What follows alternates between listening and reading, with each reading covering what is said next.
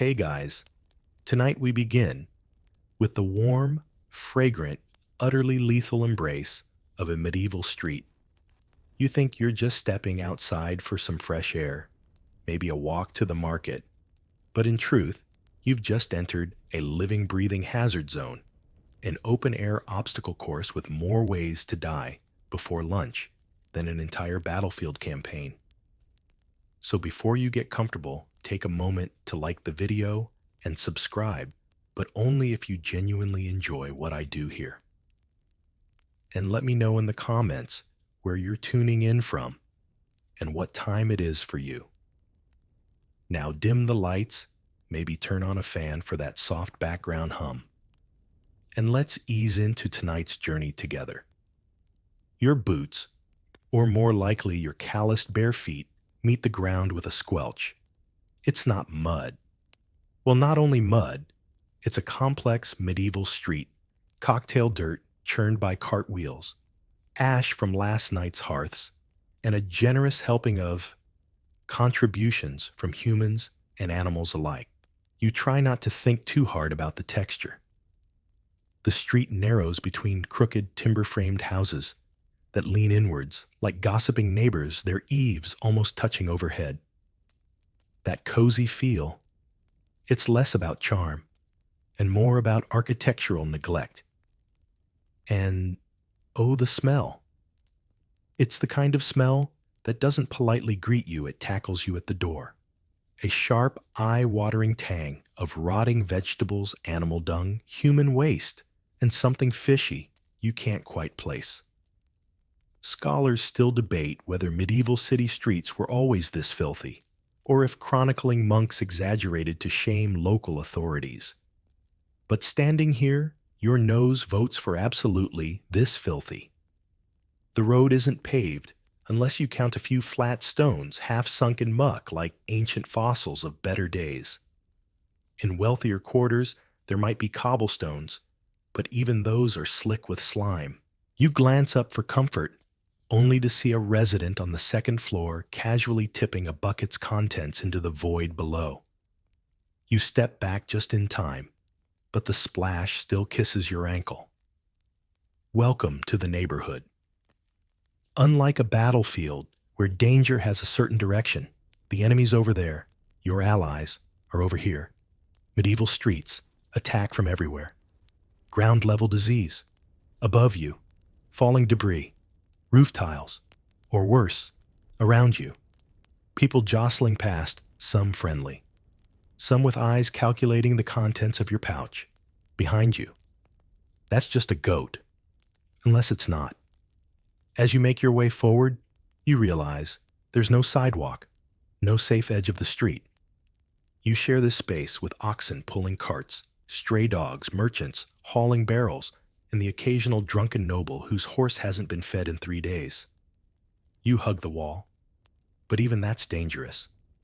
Some walls are coated with damp moss, others with mysterious smears you'd rather not test. Here's a fun fringe fact.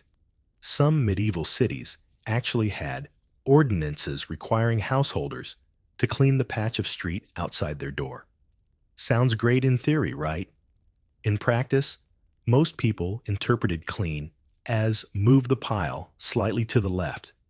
And on rainy days, all of it, the waste, the ash, the animal leavings, sloshes together into a gray-brown soup that seeps into your shoes and possibly your soul. You hear a commotion up ahead, 2 vendors arguing over fish prices. The shouting turns to shoving, and just as you think about slipping past, someone throws a trout like a missile. It smacks the wall beside you, leaving a smear of scales. No one pauses to apologize. A couple of children dart past barefoot and grinning, one holding what might be a stolen apple, the other brandishing a stick like a sword. They vanish into an alley so narrow you couldn't fit your shoulders through without exhaling. Speaking of alleys, they're not the charming shortcuts. You imagine they're traps. Dark, damp, and sometimes ending in nothing but a heap of refuse. They're also favored hiding spots for cut purses. In broad daylight, you're slightly safer, but slightly is doing a lot of work. Your stomach growls dangerously early for hunger, but any thought of grabbing a snack is undercut by the sight of a pie seller brushing flies from his wares with the same rag he uses to wipe his nose.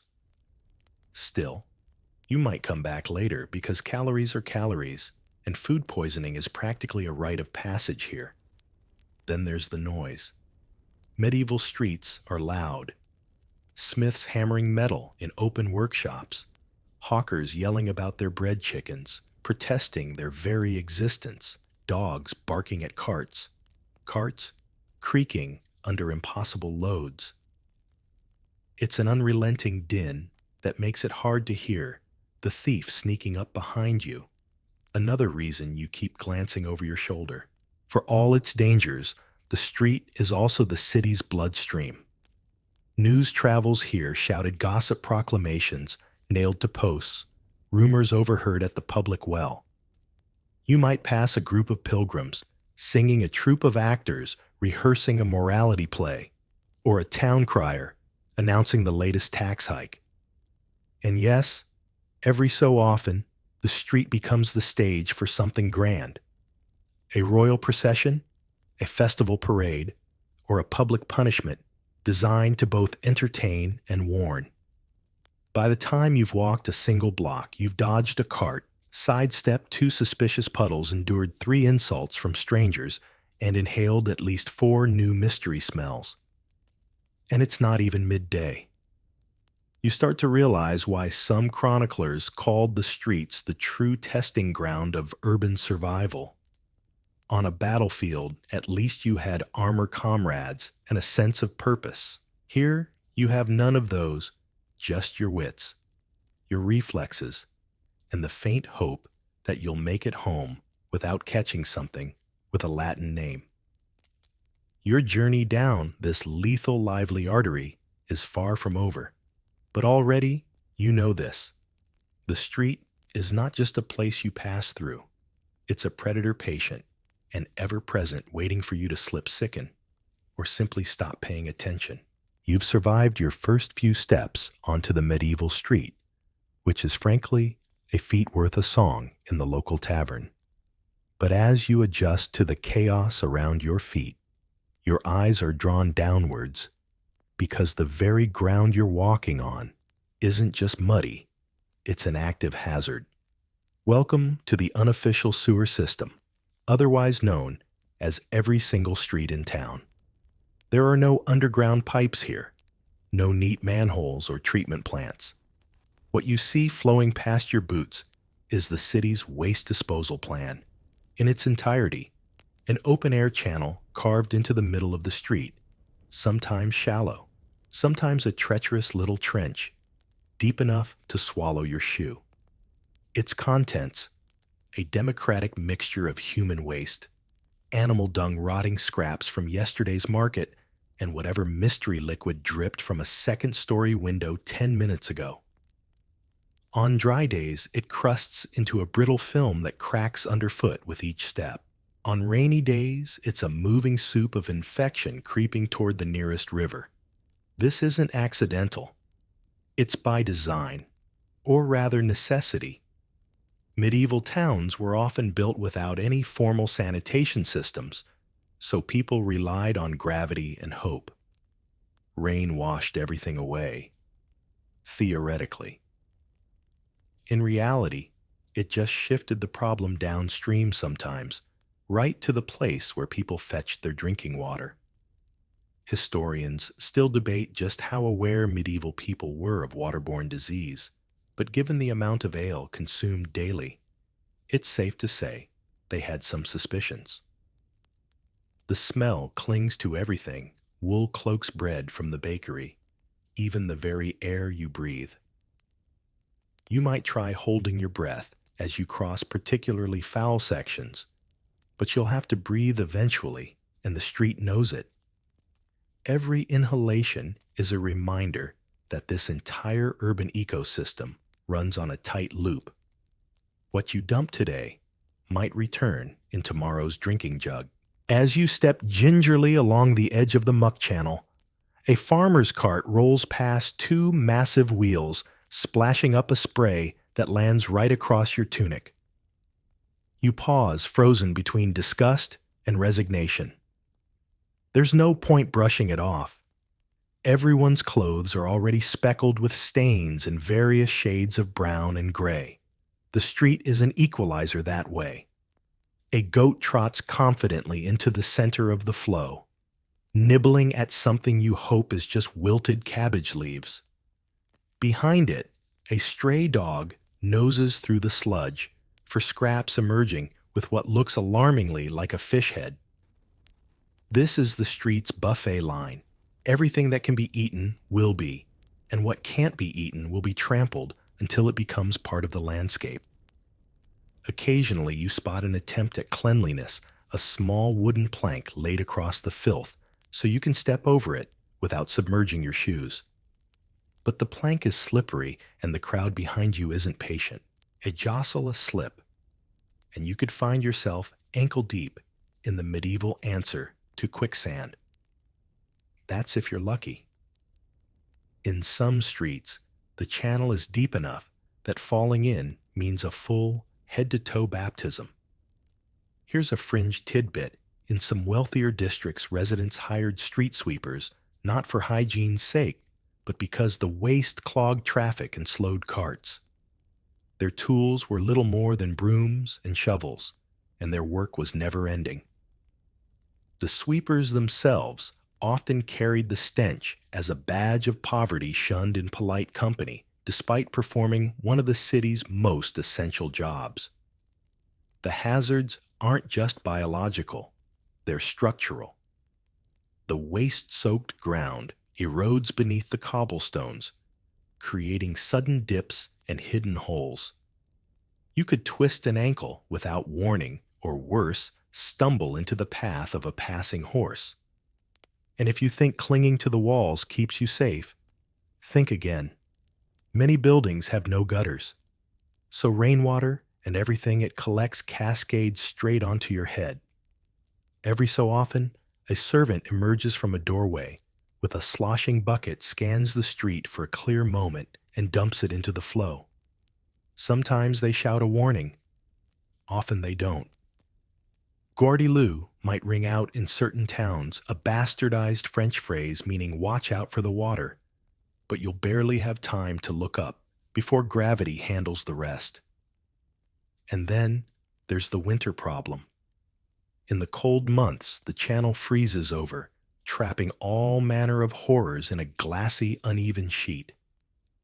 Children skate across it shrieking with laughter, while adults try to chip away ice to let the waste flow again. When the thaw comes, it all gushes forward in one enthusiastic rush, flooding the lower streets. That's when illness spikes. And the smart money says to avoid the market square entirely until the stink dies down. You press onward, one cautious step at a time, calculating each footfall like a soldier crossing a minefield.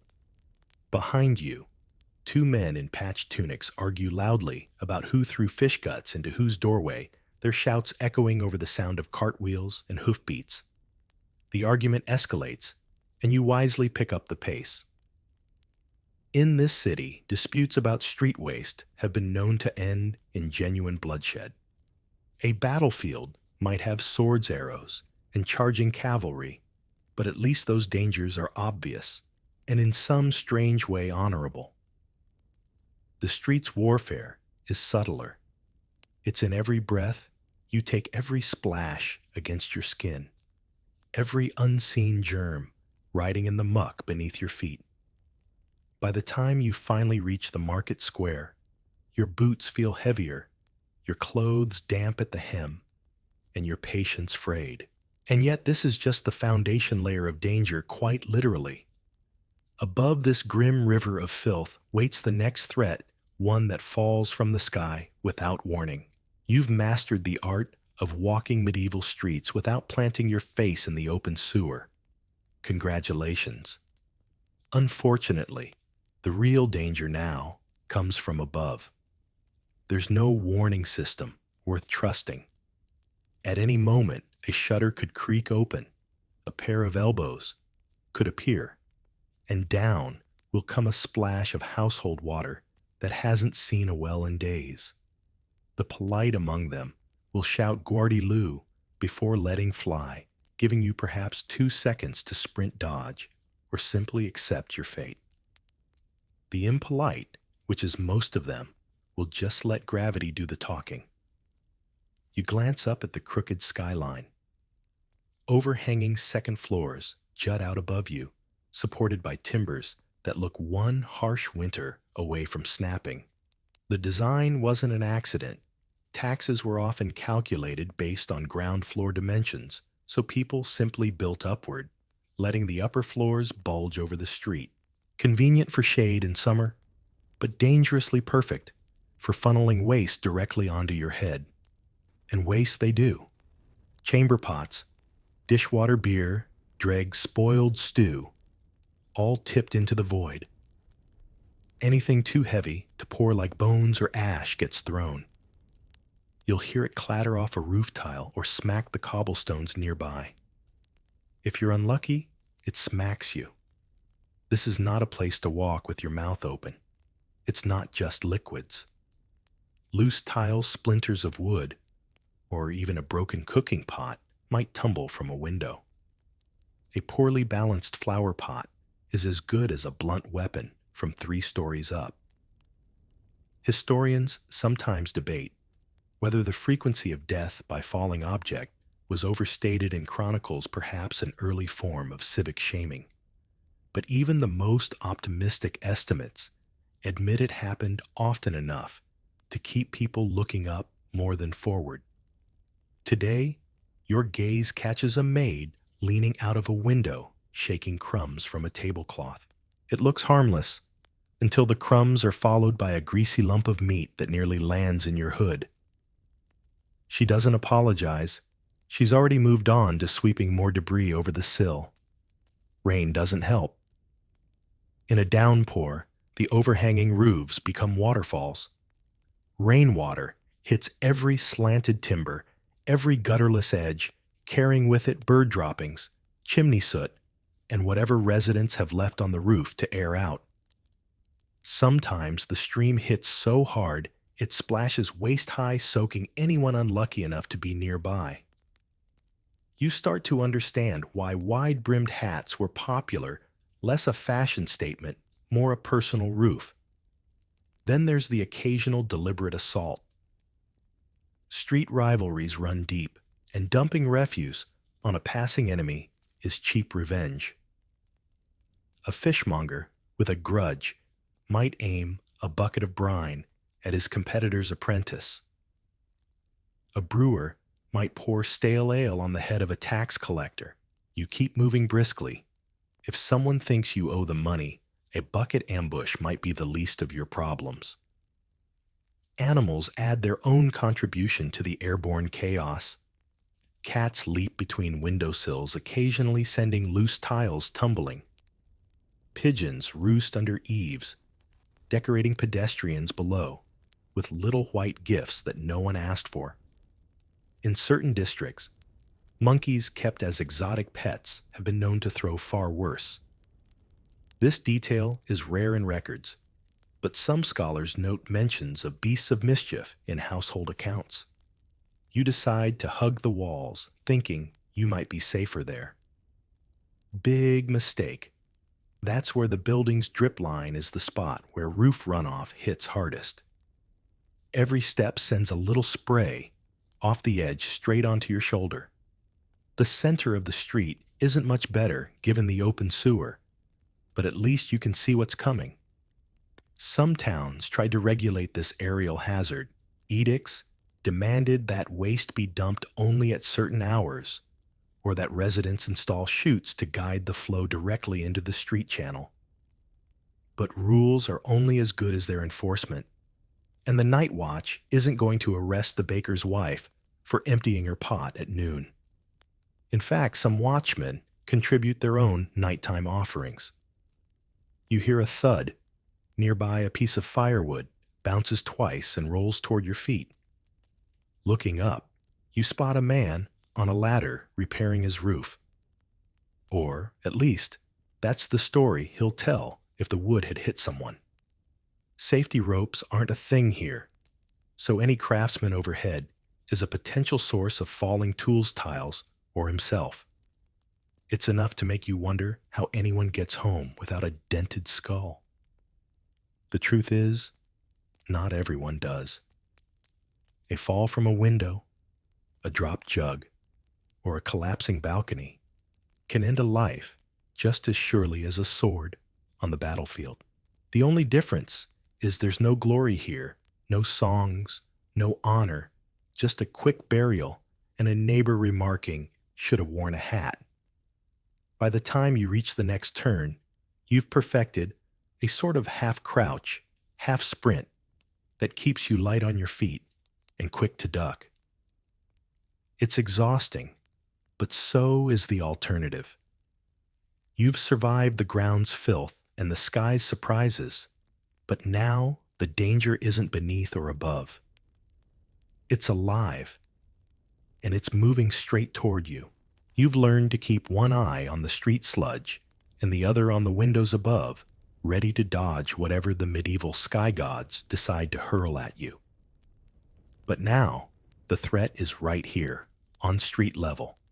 And it's not architectural, it's alive. The first you notice is the sound. A low grunt, a rapid clatter of hooves, and a sudden foul smell that isn't coming from the open sewer this time. A pig barrels past you at an alarming speed, its bristly hide brushing your leg as it charges toward a cabbage cart like it's been invited. No one tries to stop it. In medieval towns, pigs are part garbage disposal, part street gang. They roam freely, eating whatever they can find, rotten vegetables, fish guts, or anything you might be careless enough to drop.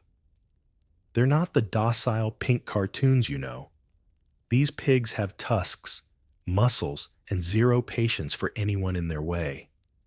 And they're not alone. A flock of geese patrols the marketplace entrance, honking like alarm bells and lunging at anyone who dares pass. They belong to someone technically, but in practice, they operate like feathered mercenaries, hissing, biting, and stealing food. You make the mistake of meeting one's eye for too long, and suddenly it's charging at your shins. You retreat quickly. These birds have been known to draw blood. Dogs dart between carts, some feral, some loosely owned by bakers or butchers. They're quick, territorial, and bold enough to snatch bread from a child's hand mid-bite. Their barking echoes off the walls, blending with the squeals of pigs and the occasional donkey bray. Somewhere behind you, a cat yowls as it escapes a chasing dog, knocking over a barrel in the process. The crowd barely notices. In many towns, animals are as much part of the street as the cobblestones. There's no separate pasture for livestock. Sheep might be herded through the square on market day, and oxen pulling heavy carts take up most of the road's width. You press yourself against a wall as one such cart rumbles past, its driver shouting at pedestrians to move faster. The oxen's horns pass dangerously close to your shoulder, and you can feel the heat from their massive bodies. Here's a historical tidbit that might make you feel even less safe. In some cities, pigs caused enough deaths to warrant official bans, at least on paper. Paris, for example, tried to outlaw free-roaming pigs after a particularly grisly incident involving a prince and a runaway sow. The law didn't stick. People needed the pigs to clean the streets, and enforcement was spotty at best. So the animals stayed, and so did the danger. It's not just the threat of bites or trampling. Animals are unpredictable. A startled horse can rear up and crush a man under its hooves. A cow, broken free from its tether, might charge through a crowd, scattering people like spilled beans. Even the smaller creatures cause havoc. Rats swarm around dropped grain, and a frightened chicken can create enough chaos in a narrow alley to trip half a dozen pedestrians. You try weaving between the moving hazards, timing your steps so you're behind the geese, but ahead of the ox cart, avoiding the splatter zone when the pigs root in a pile of refuse. But animals have their own plans, and yours mean nothing to them. A dog suddenly lunges toward the open sewer, dragging its rope leash straight across your path. You jump over it just in time, earning a splash on your boots from the gutter. The air is thick with smells, now warm hay from the oxen, the oily tang of unwashed wool, and the sharp ammonia scent from places where animals have relieved themselves. These aren't isolated patches. They're all over, blending with the human waste in a sort of olfactory alliance against your comfort. You breathe shallowly, not because it helps, but because it feels like doing something. Crowds don't make this easier. Shoppers, traders, and idlers push past you, sometimes shoving you directly into the path of a goat or under the flank of a passing mule. Every person is focused on their own errand, and if you get clipped by a cartwheel or bitten by a goose, that's your problem. You learn to keep your elbows out and your eyes moving, scanning for hooves, beaks, and bristly backs. And then there's the noise, so constant, it feels like a living thing. The clop of hooves, the clatter of wheels, the bleating of sheep, the shouts of herders, all layered over the ever-present street chatter. It's not the kind of noise you can tune out. It demands your attention, warning you when a cow is getting too close, or when a horse has decided it doesn't like your face. By the time you've navigated past the animal gauntlet, your legs ache from dodging your ears, ring from the cacophony, and your heart rate is uncomfortably high. But you're still alive, which is more than you can say for the unlucky fellow you just saw limping away from a goose attack. You glance down the next stretch of street and realize the hazards here don't have hooves, beaks, or tails. They're human, and they've been watching you for the past few minutes. You've sidestepped pigs, outmaneuvered geese, and given wide berth to ox carts, but now the danger rolling toward you has wheels and no brakes.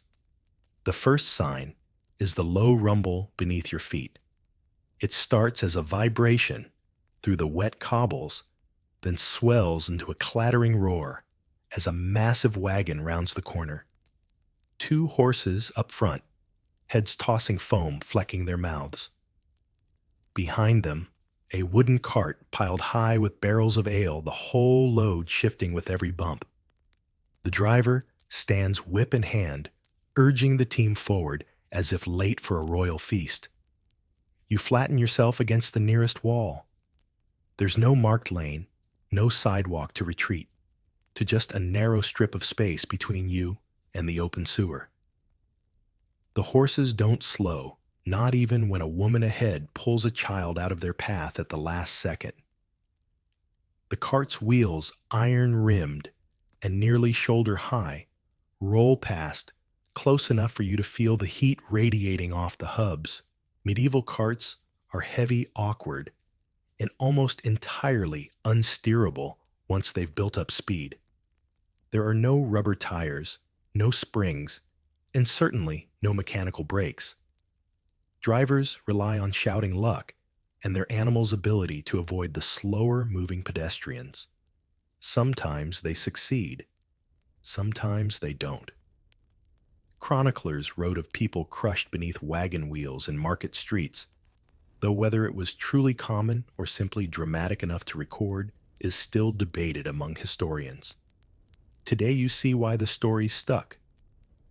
Just behind the ale wagon, a second cart appears, this one loaded with firewood. Its axle squeals in protest, and one wheel hits a loose stone, bouncing the entire load sideways. A log tumbles free, hitting the ground with a crack. The driver curses, waving at two lads to chase after it before someone steals it for their hearth. And someone will steal it. In streets, this crowded anything that falls is fair game. A dropped loaf of bread, a sack of grain, even a boot. You grab it fast, or you never see it again. Sometimes the carts themselves are the prize.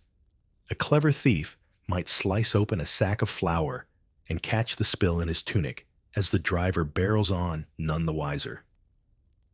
Carts aren't the only wheeled menace. Smaller barrows, two-wheeled push carts dart between pedestrians like aggressive beetles. They carry everything from fish to laundry, each one pushed by a man with the same grim focus, get there fast, whatever's in the way. You learn to listen for the squeal of a wheel, or the barked way that signals a barrow coming through.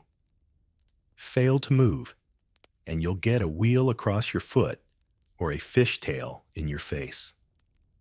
Here's an odd fact. Some towns tried to control cart traffic by banning large wagons during market hours. It worked, if you were in the right part of town. In poorer districts, where enforcement was rare, the streets became a free-for-all of carts, barrows, and livestock, all competing for the same narrow strip of cobble. More than one medieval traffic jam ended with a fist fight or worse. You make your way toward a busier crossing where three streets meet, each funneling its own stream of carts and pedestrians. It's chaos. Drivers shout to one another over the noise, pedestrians dash between axles, and the constant grind of wood on stone fills the air. Somewhere in the middle, a wheel catches on the edge of the open sewer channel, jerking the cart violently to one side. The driver hauls on the reins, the horses rear, and for a moment the entire load looks ready to spill. People scatter, some slipping in the muck, others darting for doorways. The cart rights itself, but your pulse doesn't settle so quickly. The danger isn't just the crush of traffic, it's the streets themselves. Many aren't level, and heavy carts pick up speed going downhill, especially when loaded. You can spot the veterans in the way they walk, one ear tuned for the sound of hooves behind them, ready to leap into a doorway if a driver loses control. Those who don't develop the habit, well, they don't last long. One more hazard, runaway carts. A tethered horse spooks, the load starts rolling, and before anyone can stop it, the cart is thundering down the street, scattering people like pigeons. Without a wall to flatten yourself against, your only hope is to dive sideways into the nearest doorway, whether you're welcome there or not. By the time you clear the busy crossing, you've been forced into the open sewer, twice nearly clipped by a barrow, and showered with wood shavings from a passing cart.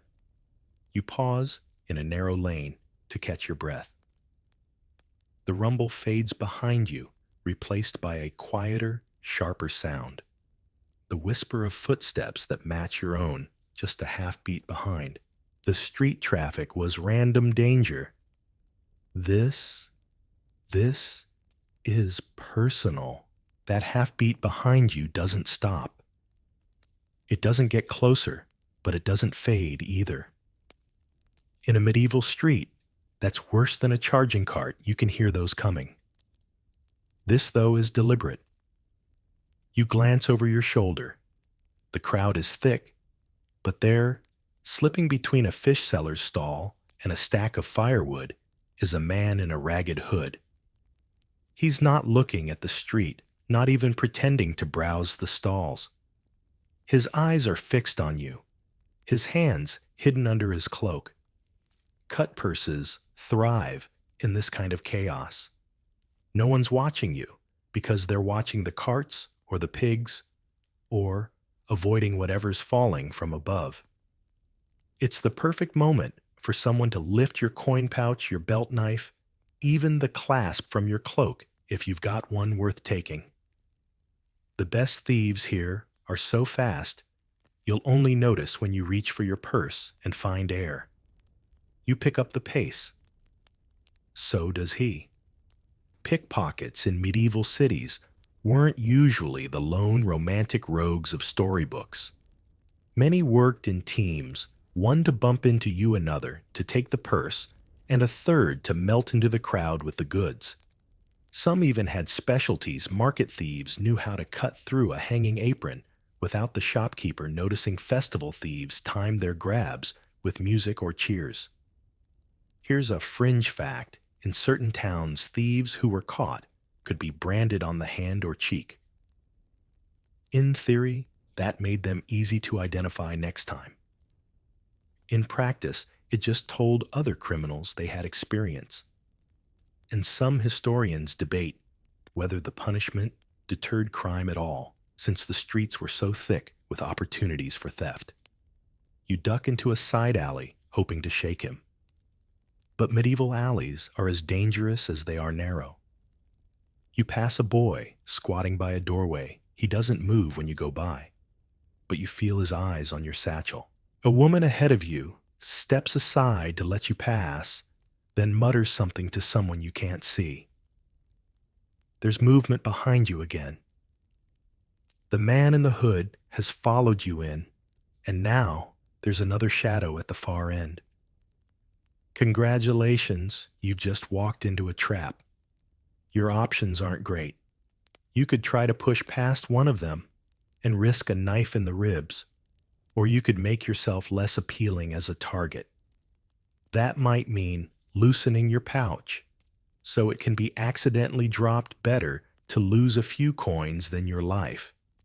Experienced travelers in cities like this sometimes carried a decoy purse, a small bag with a few low-value coins to satisfy a thief without giving up the real stash hidden elsewhere. Before you can decide, a cart creaks past the mouth of the alley, blocking one end just long enough for you to slip back into the main street. You don't run. You walk briskly, blending into the crowd, keeping your elbows in and your pouch hand low. The man in the hood appears again a moment later, but now there's a press of people between you. Cut purses aren't the only human threat here. Some robbers work in daylight, in full view of everyone. They don't take coins quietly. They shove you against a wall and demand them outright. And in streets, without a constant watch presence, no one's going to intervene unless they have a reason. Sometimes, even the guards themselves aren't safe to trust. A constable with a light purse might be just as happy to confiscate your goods for evidence.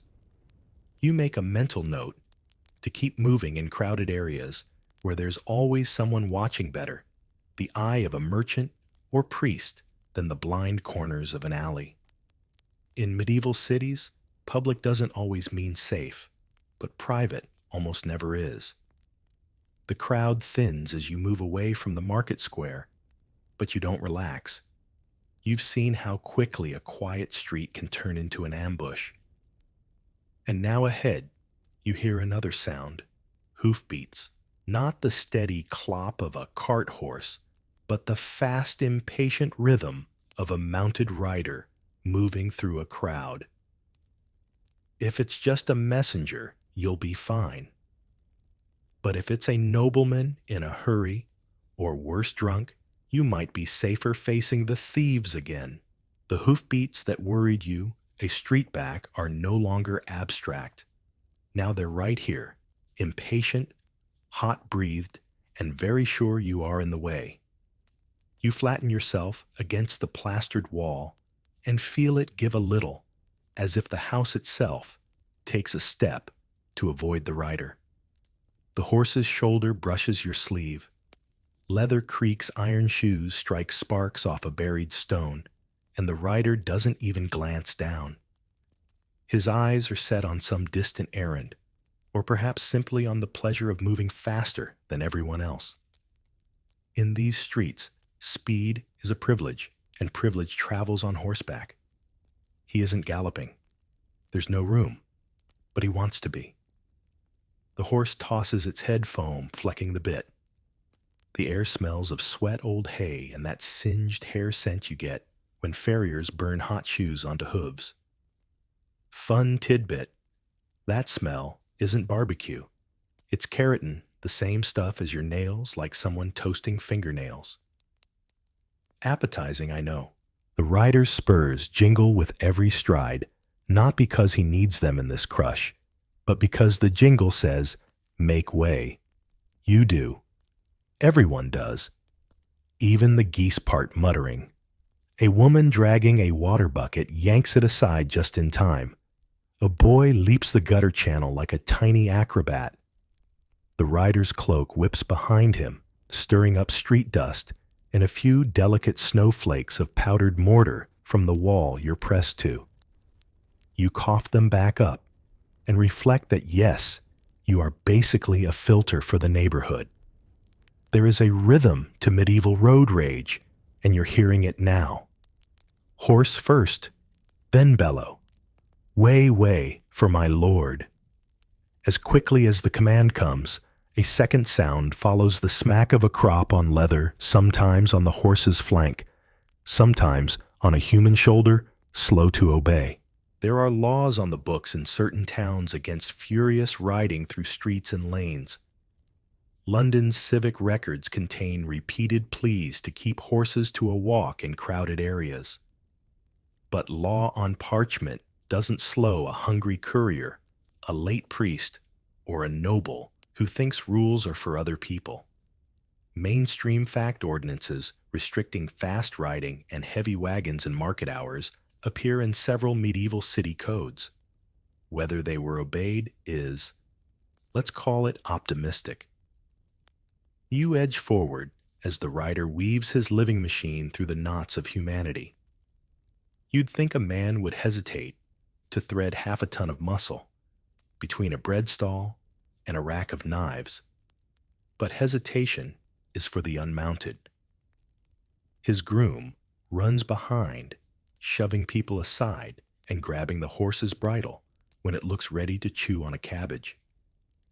You get the sense that to this pair, pedestrians are not fellow citizens. They're clutter. The clutter fights back sometimes, just not with lances. A fishmonger splashed one too many times by a horse that treats the gutter like a personal spa flicks a tailful of brine up at the rider's boot. It hits. The rider swears the horse sidesteps, and 3 cabbages roll into the open channel to begin their slow brown voyage to the river. You feel a laugh trying to escape your throat. Careful, that's a dangerous habit here, but you keep your face bland. Behind you, more hoofbeats. Ahead, wheels. You're about to be the filling in a very medieval sandwich. 2 pack horses appear, linked nose to tail bells, tinkling at their collars as warning. Quirky tidbit bells on pack animals weren't just decorative. They helped a driver judge where the train was in tight alleys, and incidentally warned daydreamers not to become speed bumps. Their driver shouts, "Hup," and the first horse nudges you with the soft, doughy part of its nose. Polite in a crushing equine kind of way. You slide sideways toes, finding the narrow isthmus of cobble between muck channel and wheel rut, and swear loyalty to that isthmus as your new homeland. A messenger darts by, on a smaller quicksilver mare mane, trimmed short saddle minimal knees high, like he's trying to outrun his own shadow. The mare's ears are pinned flat. She's stressed, probably sore from yesterday's errands and today's impatience. The messenger holds a waxed packet in his teeth, so his hands can saw at the reins, and for a wild second you consider plucking the packet as he passes. Then you remember you like your fingers attached. Also, your head. You let the Empire's secrets move along without your help. Someone behind you isn't so wise.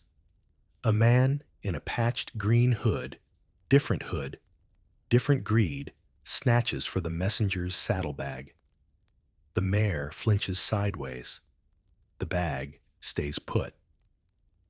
But the motion shoves an old woman off balance, and she windmills toward the gutter. You lunge and catch her elbow, and for one moment, both of you teeter on the ooze's edge saints and curses bubbling up together. The messenger doesn't look back. The hooded thief blends into a doorway with the grace of long practice.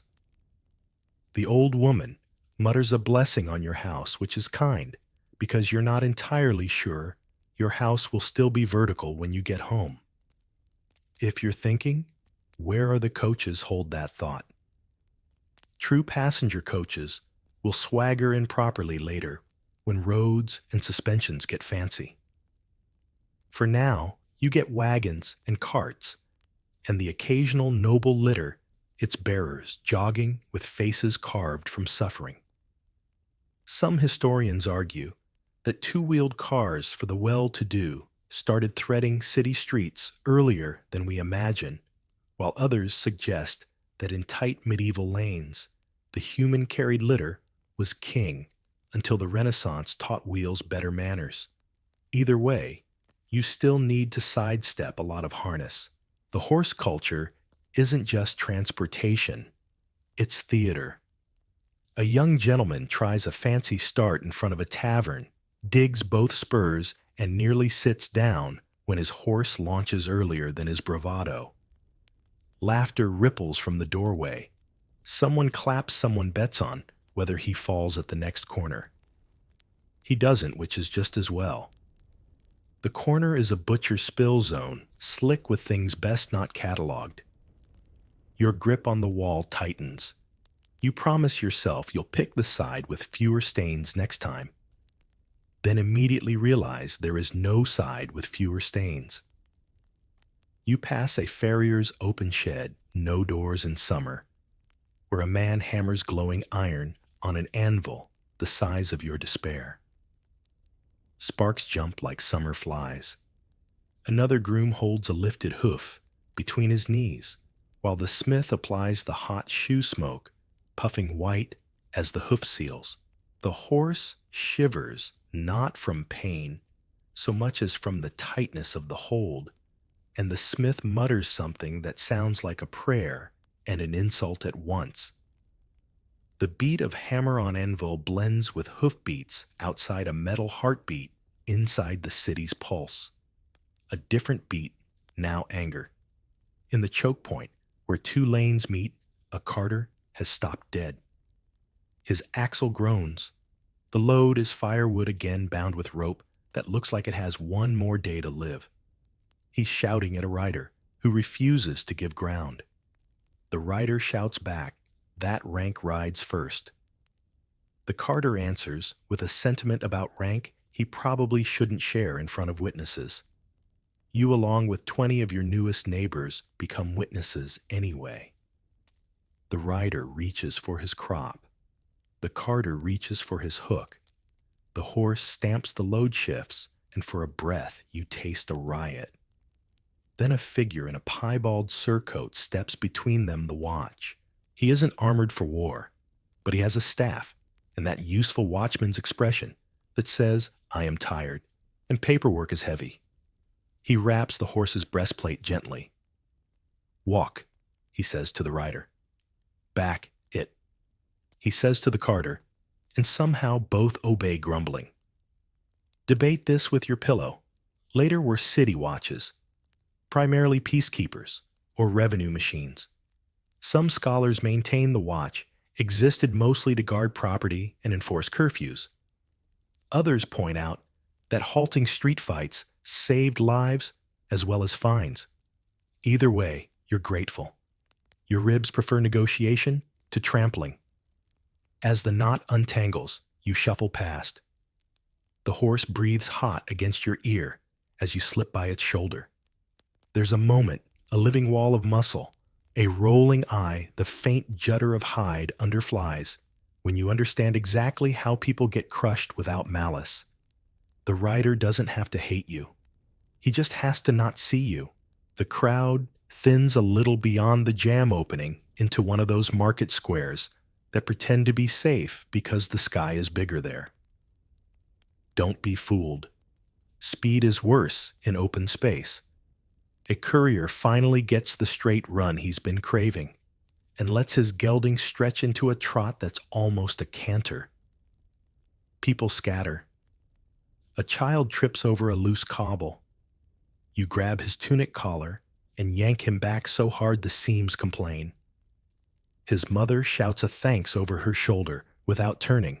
She's busy saving a basket of eggs from the second horse coming fast. Is it really deadlier than battle, you ask yourself, hearing the ghost of your own skepticism from before breakfast? You think of battle lines, shields overlap danger, that at least points in one direction. Here the vectors multiply behind, before, above, below. And the weapons aren't swords, they're momentum hooves, iron rims, impatience. There's no trumpet to signal the charge, just a late delivery and a man with a crop. The square tilts gently toward one corner, a subtle slope you wouldn't notice if not for the way carts accelerate into it. A rider takes the same slope like a private hill, rises in the stirrups, and gives his horse its head grinning. He has the look of a man who has never once fallen into the gutter and believes that makes him immortal. He clips the corner of a fish stall, scattering herring like silver coins. The stallholder shrieks, grabs a knife, thinks better of it, and throws a herring instead. It hits the rider's back with a wet slap that will definitely leave a story, if not a bruise. You file this away as an approved medieval conflict resolution technique. Apply fish. You keep to the edges now, timing your crossings like a frog at a busy ford. Wait, listen, dash, breathe. Twice you slam yourself into doorways so fast you nearly end up inside someone's home. Once you do end up inside, straight into a tanner's workspace that smells like the devil's laundry basket.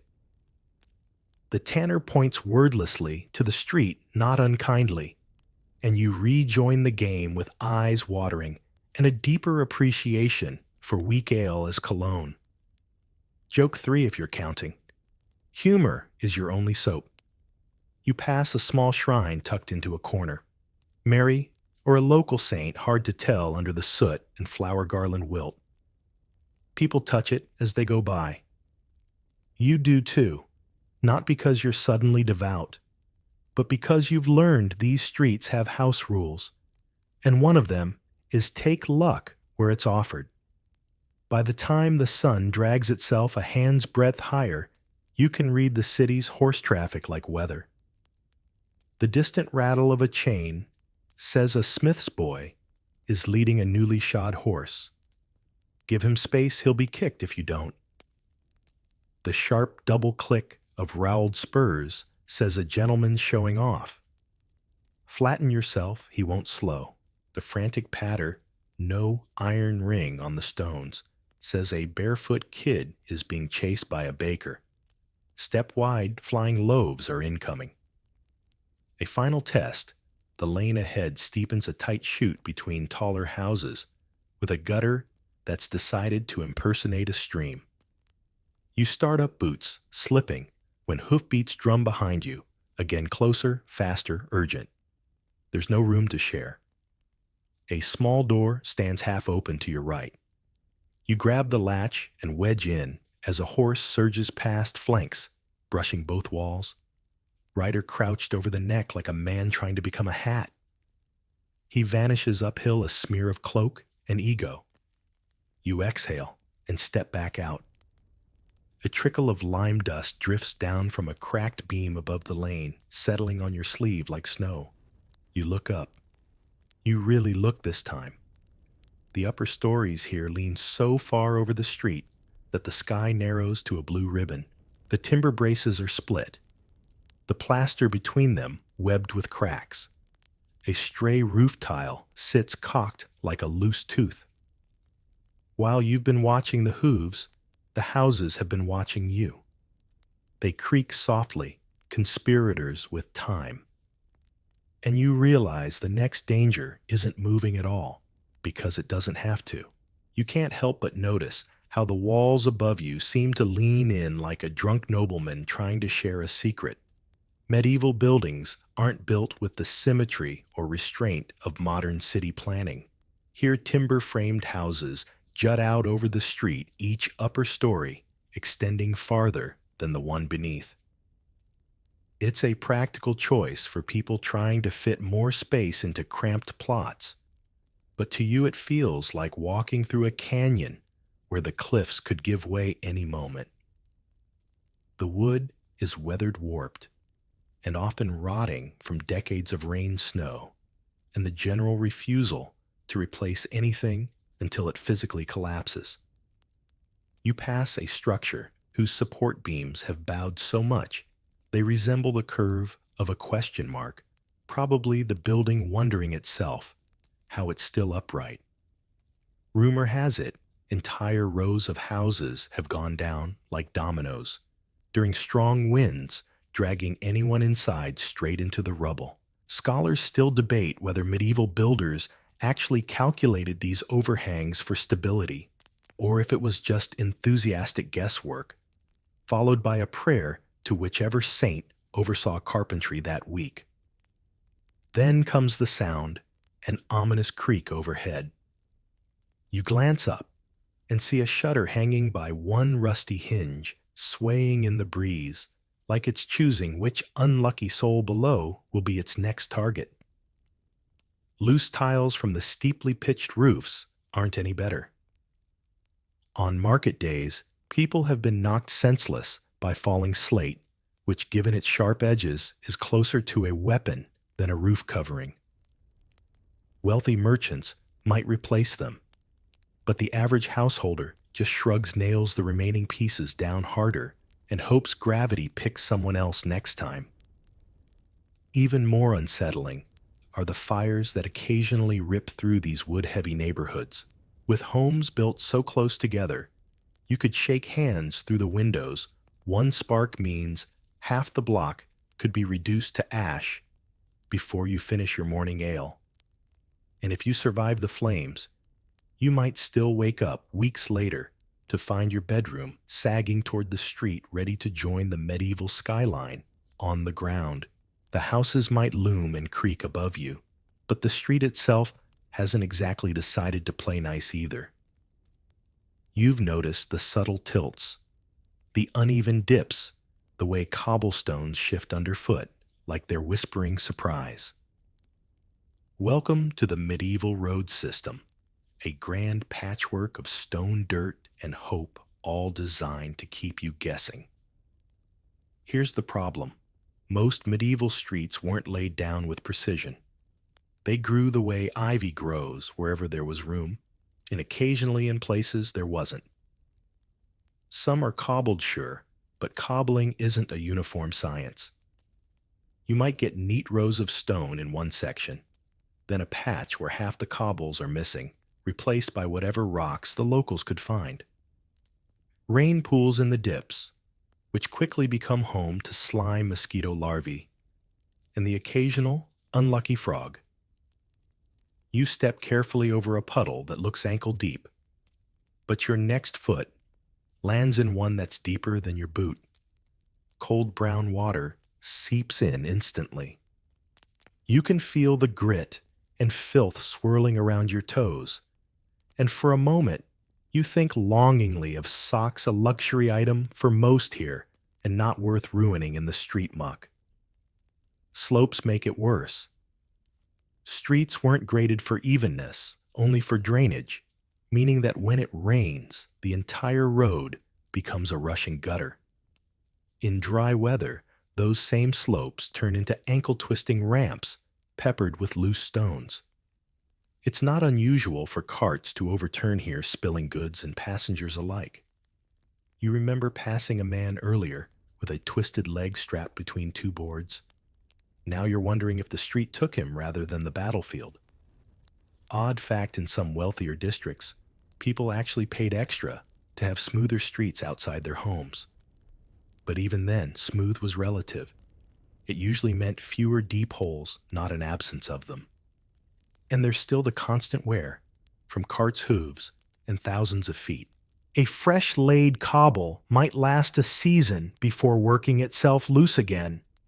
There's an ongoing scholarly debate about whether medieval towns really tolerated streets this bad because they didn't know better, or because the constant repair cost was too much. Some argue that in many cases, bumpy streets were intentional. They slowed carts, reduced noise, and kept livestock from slipping too much. That may be true, but right now, with your boots squelching and your knee aching from a near fall, it feels like civic neglect rather than thoughtful urban design. You're halfway down a narrow lane when you come to the ultimate medieval trap, a hole in the street deep enough to break an ankle, filled just enough with murky water to hide its depth. A woman ahead of you steps into it, with both feet, staggers forward, and barely saves herself from falling. Her basket of turnips is not so lucky they scatter into the gutter, where a pig immediately claims them. She curses the pig snorts, and you step very, very wide. Of course, all this unevenness doesn't just threaten your bones, it slows you down. In a place where danger comes from every direction, that's almost worse. You can't sprint on streets like this. You'd trip twist or go face first into the muck, which means if trouble is coming, you'd better see it early, or hope there's a door nearby you can throw yourself through. You finally step out of the lane into a broader square relieved to see flat ground, only to realize that the smoothness is from years of ground-in waste and dirt packed so solid it's practically another kind of stone. Your boot still squelches from earlier, and you're starting to suspect that this city isn't trying to kill you. Instead of a battlefield, it's trying to kill you more creatively. And the street's next trick. It's not what's under you. It's what's sharing the road with you and doesn't much care about your personal space. Your stomach has the timing of a town crier.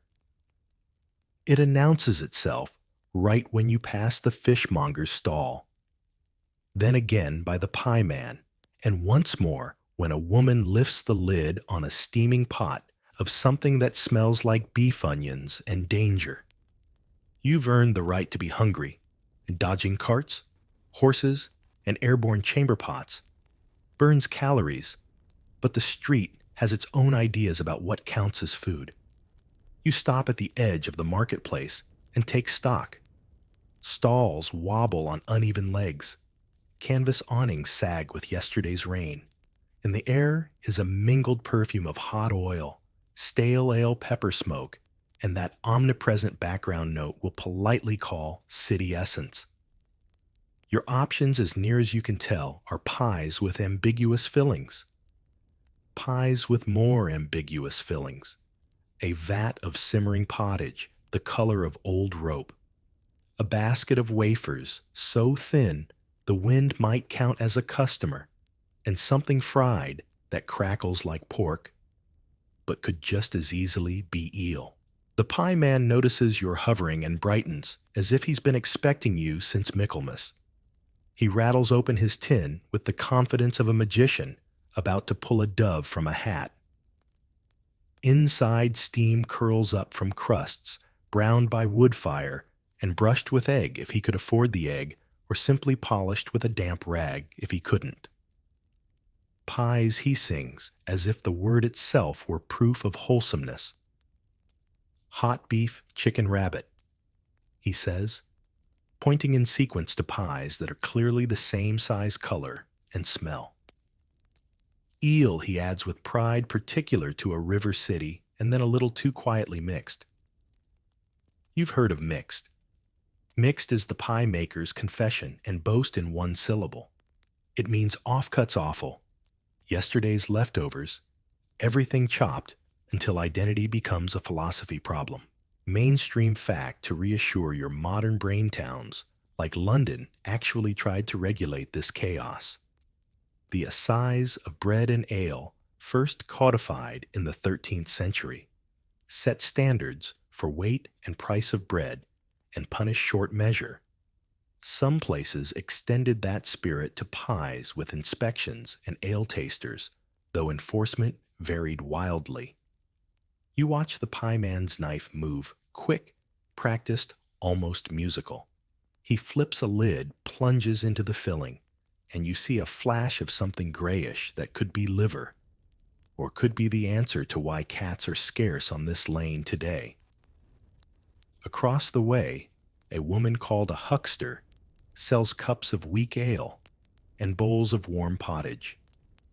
She keeps the ladle in the pot, even when she's not serving, which would be more comforting if the handle didn't double as a stirrer and fly swatter. The ale is the safer choice, or at least the traditional safer choice.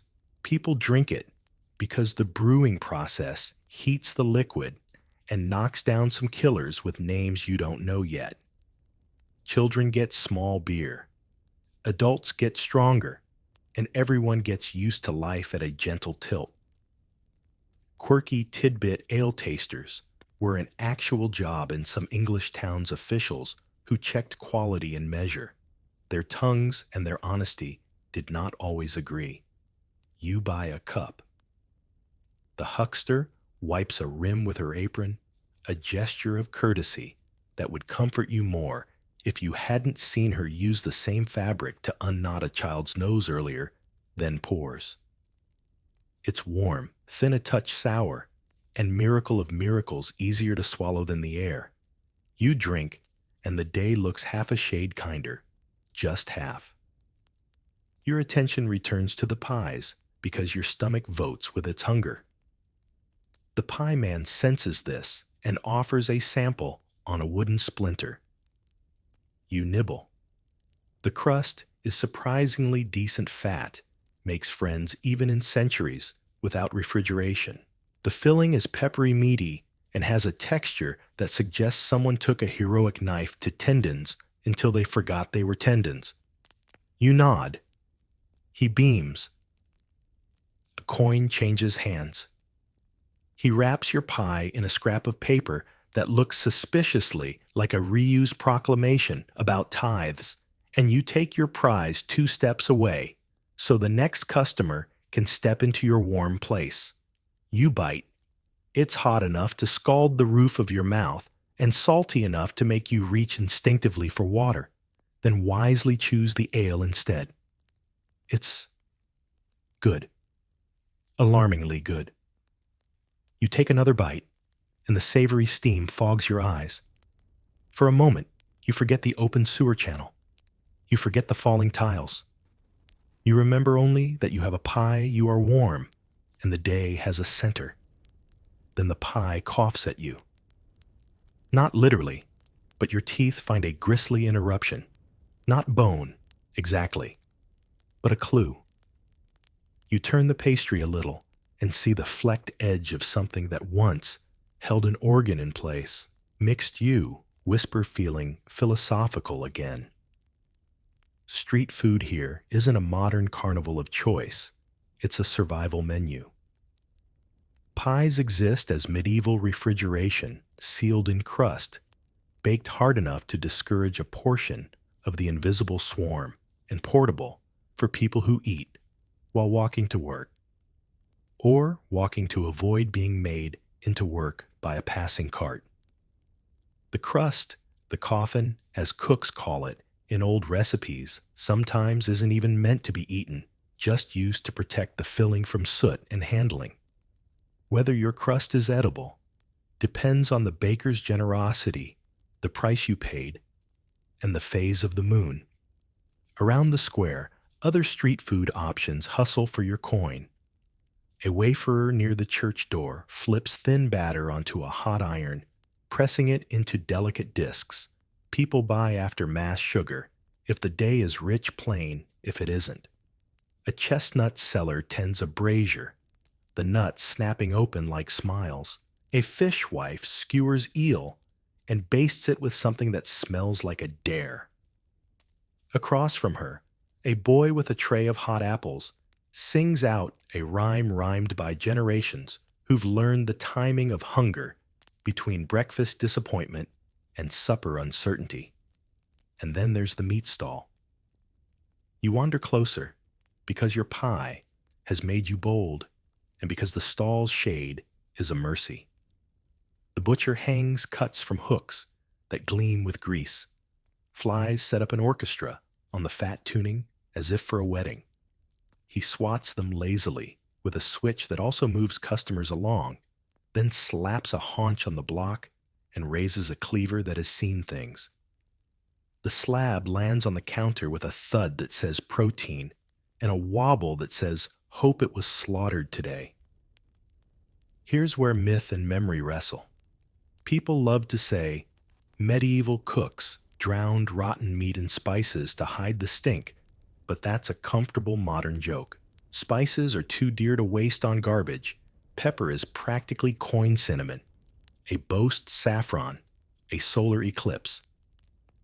Some historians argue the heavy spicing of elite dishes was mostly conspicuous consumption, a way to perfume wealth. Others suggest that in busy markets, a little extra seasoning did help nudge borderline cuts into the realm of palatable. Down here at street level, the governing reality is simpler if it's bad eaters notice. If eaters notice, they don't come back. And if they don't come back, the butcher's children go hungry. Even a rough economy respects repeat business. Still fresh is a sliding scale, when your cold storage is an early morning breeze. Meat sold in the sun grows a sheen by noon, and a philosophy by evening. Fish especially tells time loudly. That eel on a stick, fine within the hour, a gamble at 2, a sermon at 4. Shellfish is loved by the poor, for price, loathed by their stomachs, for reasons that creep in from estuaries, and linger as cautionary tales. You finish the pie and lick pepper from your lips, determined to maintain optimism until your stomach weighs in with its second opinion. The huckster catches your eye again and lifts her ladle. You shake your head. She shrugs in a way that says, "Your funeral, love." Around you, the square performs the choreography of daily feeding. A baker's boy arrives with a tray of new loaves, announces the weight, and dares anyone to bring a scale. A pair of ale tasters, or men loudly pretending to be, make the rounds, dipping dippers and nodding solemnly. One stumbles, which is a review of sorts. A nun buys 2 wafers and gives one to a child whose face is mostly dirt with ambitions. A dog manages to become 3-legged long enough to beg successfully, then sprints off on 4 when chased. You try a wafer because hope springs eternal. It's crisp at the edges, tender in the middle, and carries the faint clean taste of well-heated iron, like the city exhaling through dessert. You hold the last bite in your fingers as you watch a quarrel bloom at the edge of the butcher's stall. 2 men, one with a cap that says "Guild without thread," and the other with shoulders that say "River," are arguing over whether that haunch was weighed fair. Voices lift. A few heads turn in habitual curiosity, the way city people check the weather of other people's tempers. You turn away. You've learned that watching arguments in markets is like staring at dogs. The wrong ones think it's a challenge. You concentrate on your wafer instead, and almost convince yourself that with careful choices, street food is more tonic than threat. Then a boy you've never met darts up points behind you and says, "Look with the confidence of a magician's apprentice." You clutch your pouch by reflex. Nice try. And the boy grins, foiled, but then actually points urgently. You follow his finger to the pie man, who has set aside 2 pies, whose crusts shine a little too much. He leans to the side, whispering to a man with a scar. You decide purely as a scientific measure to skip seconds. Humor helps, but hygiene still keeps its own counsel. Baskets are reused until they develop personalities.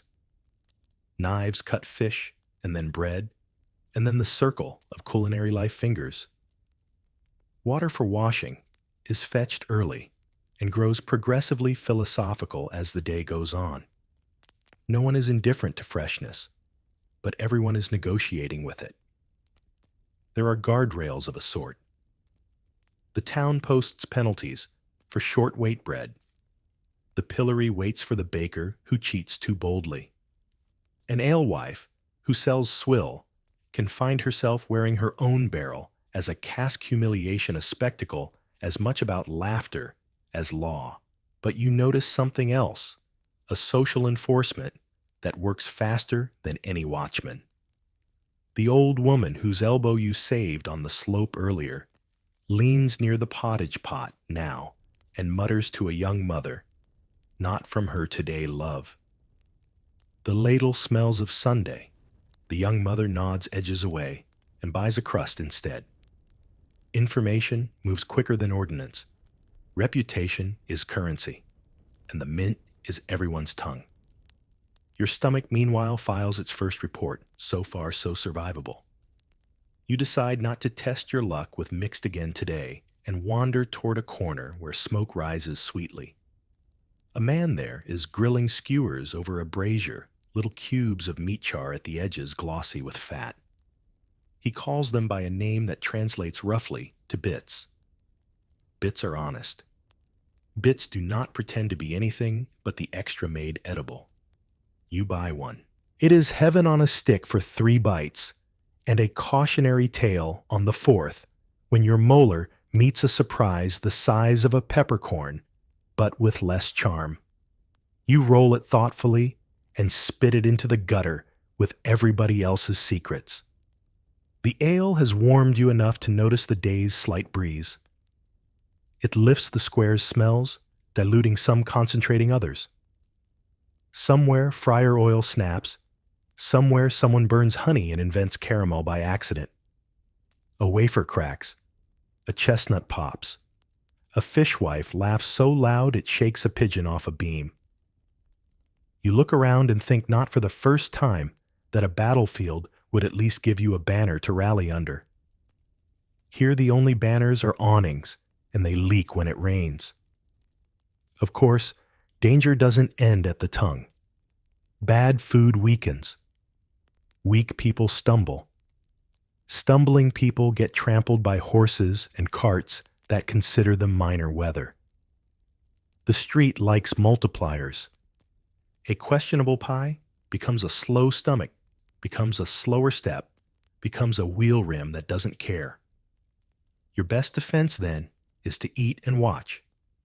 At the same time, accept the bite and keep the eyes wide. You practice. You chew scan, swallow, listen. You're getting good at this, almost local, if locals also flinch whenever shutters creak above them. A cry rises from the butcher's stall. The argument found its second wind and its first shove. The city loves a show. People draw closer, not because they want trouble, but because trouble is, if nothing else, a story. The butcher slams his cleaver into the block as punctuation. The river-shouldered man jabs a finger at the guild cap. Someone, somewhere to your left, is winding a sling of words into a stone. You fold your wafer paper and place it into the brazier's ash bucket so your conscience feels tidy for 3 seconds. Then you step back because you've learned one more law of the medieval street. When food stops, fights start. Is this where spices masked rot, or did they mask tempers? Does the pillory cure hunger, or merely entertain it? Scholars still debate whether medieval urban foodways were a public health disaster or a functional, if precarious, ecosystem sustained by regulation, gossip, and astonishingly resilient guts. You decide to leave the answer to people who argue indoors. Out here, choices must be made quickly, and consequences arrive without footnotes. You pat your pouch, check your feet for fresh splashes, and take 2 measured steps toward the cleanest exit from the square. You plan to keep this section of your day lunch-focused, wholesome, maybe even restful. But the pieman's customer has shoved the guild cap, the cleaver has leapt for air, and the crowd inhales as one organism. In a city where knives are tools first and arguments second, the line between cooking and combat blurs faster than you can swallow. You swallow anyway, wipe a crumb from your lip, and turn your shoulders side on to the swell in the crowd. Because if there's one thing street food reliably leads to on a medieval afternoon, it's not dessert. It's dispute. You'd think the worst danger on medieval streets would be a drunken brawl or the occasional runaway cart. But no, today, your enemy is dinner. Or rather, what passes for dinner. Food stalls crowd the market square, each one a small hazard in its own right. You pass a baker pounding his dough with what looks suspiciously like sawdust, mixed in common practice when flour is scarce and profit margins thinner than a beggar's blanket. It's not just bread either. Alewives happily stretch their brew with cloudy water, resulting in a drink that tastes like someone whispered the word beer over a bucket of pond scum. The air smells of roasting meat, which is almost enough to tempt you until you realize it's been hanging out in the open all day, flies treating it like an all-you-can-eat buffet. With no refrigeration, yesterday's leftovers are today's special, often reheated, until they're about as tender as old boots. Markets are loud, chaotic, and entirely unhygienic. Food is prepared within arm's reach of mud manure and the occasional dead rat. And yes, you will still have to pay for it. The wealthy can afford spices to mask the taste of food that's going bad. But for you, it's vinegar mustard or nothing. You might grab a hunk of cheese if you can overlook that. It's sweating in the sun, or some fish salted so heavily you could use it as a weapon. Fresh fruit is rare, unless it's the height of the season. Otherwise, expect wrinkled apples with a suspiciously fermented aroma. Scholars still debate just how aware medieval people were of foodborne illness, but judging by how many keeled over from dysentery after a feast, the answer is probably not enough.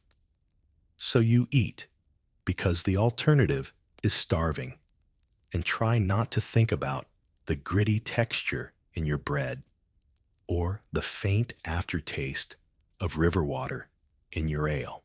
On these streets, every meal is a gamble, and the house spoiler alert always wins. The meal may be down, but the street isn't finished with you.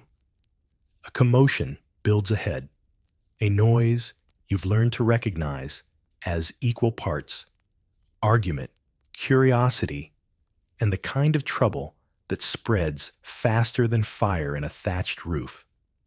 You drift toward it, partly because there's no other route forward, partly because medieval streets have a way of sweeping you along like a current.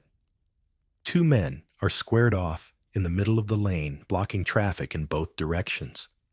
One's wearing a leather apron and gripping a mallet, likely a craftsman or carpenter. The other's in a patched cloak and has the red-chapped hands of someone who works the river barges. Their quarrel is over something small, a payment, a delivery gone missing. But here, small things grow teeth. The crowd presses in, cutting off air and options. You feel a shoulder dig into your ribs. Someone's elbow brushes your pouch, and you slap a hand to it just in time. A woman in front of you leans out for a better view, then stumbles back as the barge man shoves the carpenter. That's all it takes. Suddenly, fists are swinging. Voices are shouting for justice and order, and a dog barks like it's auditioning for both sides. In theory, the watch should appear to break it up. In practice, they'll arrive late enough to fine whoever's still standing. That's if they bother at all. Many medieval towns had tiny watch forces more concerned with curfew violations than public safety. Some scholars argue these street brawls were part of the social fabric, unofficial outlets for grievances that otherwise might fester into something worse.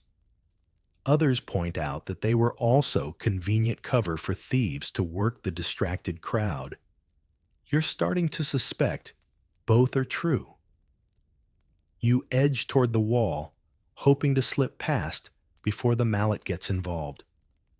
But the fight lurches sideways, and now the carpenter's back is to you, the mallet raised high. All it would take is one bad swing, one misstep, and you join the casualty list without ever knowing which side you were on. You flatten yourself against the wall, but that doesn't guarantee safety, not when the street itself seems to be conspiring against you.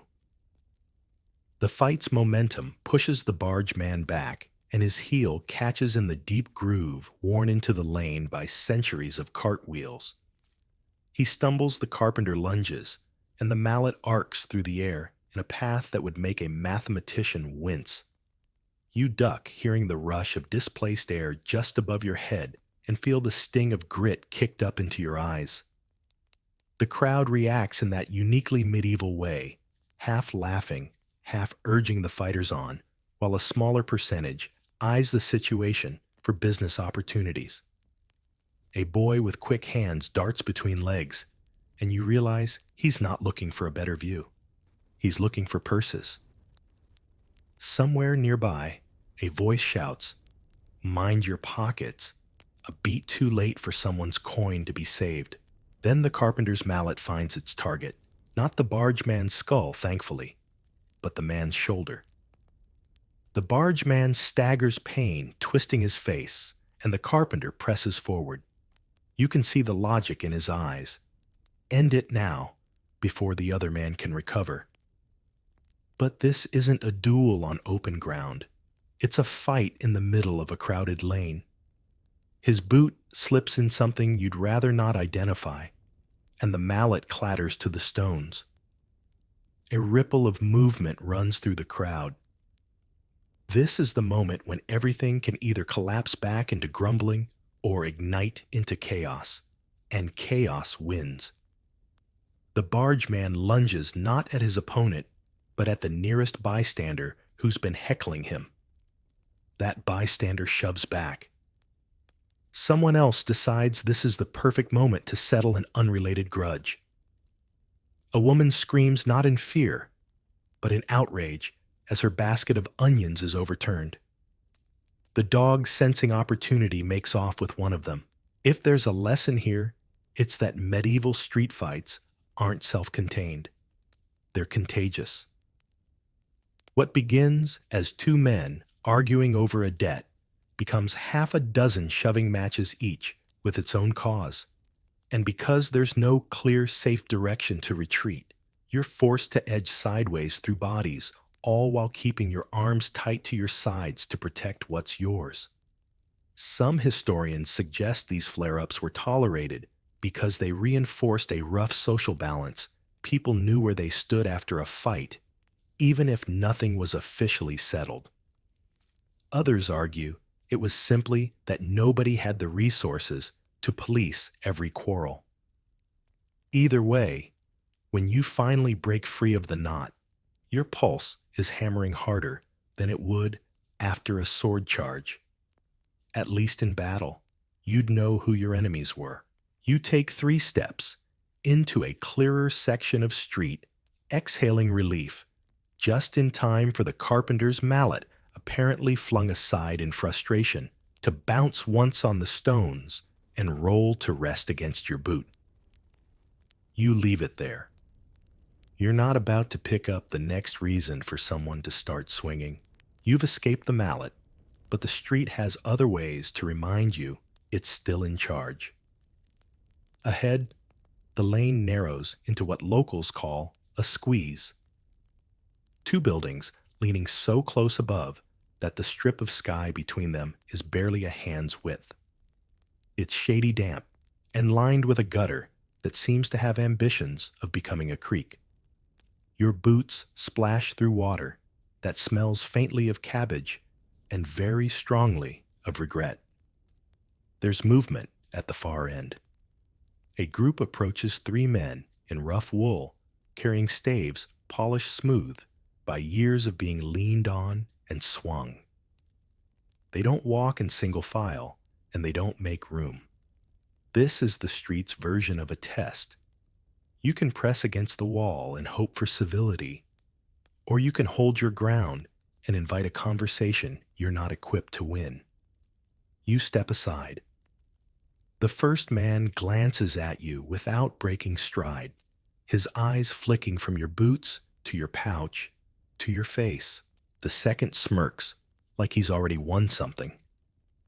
The third simply spits into the gutter before following the others past. They never slow, and you realize that in this city, sometimes survival is measured in how quickly you decide to be invisible. The squeeze opens into a small court where laundry lines crisscross overhead like siege works for linens. A woman stands at a tub, her arms red from cold water, scrubbing a tunic that's already more patch than cloth. She pauses to wring it out, and a stream of gray water runs straight into the street's channel. You realize it's the same channel that's been splashing your boots since you entered this quarter. It's easy to forget that medieval streets aren't just roads. They're also plumbing garbage dumps and livestock runs. Waste from kitchens, tanneries, and dye works all end up here. Some towns had ordinances requiring residents to sweep the space in front of their homes, but compliance varied from dutiful to never. Scholars still argue about whether the filth was genuinely worse than we imagine, or simply different, less industrial toxin, more organic rot. But as your nose confirms, neither is pleasant. You pass a doorway where two pigs are snuffling through a heap of refuse, their tails twitching in satisfaction. The smaller one lifts its head to watch you, eyes bright, with a kind of opportunistic curiosity. Pigs in the street aren't just tolerated, they're a form of sanitation, turning scraps into pork. The risk, of course, is that a startled or territorial pig can cause more damage than a horse. There are recorded cases of people being mauled, even killed by street swine. You give them as wide a berth as the court allows. At the far end, a boy with a bucket empties something unmentionable into the gutter, then skips off without looking back. The stream snakes away toward the market you left earlier, and you wonder how many pies were sold today within scent of that water. The court narrows again into another lane, and you spot a familiar hazard loose roof tiles above cracked and shifted in their beds. A gust of wind rattles one. You keep moving, eyes flicking between the ground for holes and the sky for falling shards. Because here, danger isn't a single event. It's layered. It waits above, below, and beside you, ready to remind you that on these streets, the battlefield is three-dimensional. The lane curves sharply, and for a moment you think you found a rare patch of peace. No shouting, no carts, no pigs, just the muffled drip of water from a broken spout and the rustle of wind between eaves. Then you notice the shadows. Not the kind that fall from clouds, but the kind that move with purpose. Two figures stand halfway down, one leaning casually against a wall, the other sitting on an upturned crate. Their clothing is unremarkable, patched hose, plain tunics, but the way they watch you is not. You've seen this setup before. The lane is narrow, hemmed in by buildings whose walls are pocked with shuttered windows. The exit at the far end is just wide enough for one person at a time. If these men don't want you to pass, you won't. You slow without meaning to, gauging options. Turning back would be obvious. Running would be worse. Streets like this are full of blind turns and sudden dead ends. So you walk on every step, measured the sound of your boots a little too loud. The man on the crate straightens as you draw close. He smiles, but it's the kind of smile that comes before a toll. "Busy day," he says, in the tone of someone who already knows you can't afford the wrong answer. Here's the thing. Medieval cities had no shortage of informal taxation. In some quarters, gangs controlled certain lanes, charging travelers for safe passage or just taking what they wanted. Official records mention them less than they mention the weather, but court rolls sometimes reveal fines for public affray or extortion thinly veiled references to street shakedowns. Historians debate how organized these groups were. Some argue they were little more than loose bands of opportunists, others that they were proto-guilds with their own codes. You murmur something neutral about errands and keep walking. The man steps aside just enough to let you pass, but his hand brushes the pouch at your belt. You pivot slightly, protecting it with your arm, and his smile widens like you've confirmed something he suspected. The second man says nothing at all, just watches you from under the brim of his hood. His stillness is the more dangerous thing. You can feel his gaze on your back, even after you've put 3 steps between you. The lane spills you into a busier street, and the change in noise is like breaking the surface of water. Hawkers call out prices, wheels rattle over cobbles, and someone's hammering metal on metal at a forge. You let the crowd swallow, you resisting the urge to look behind. This is the unspoken rule. The street won't warn you. It won't tell you which shadow is a friend and which is a blade. You learn to read posture tone and the invisible lines that mark someone's territory. You learn to carry yourself as if you belong even when you don't. And you learn slowly that sometimes survival means paying the toll, and sometimes it means walking away with your coins, but leaving a piece of your nerve behind.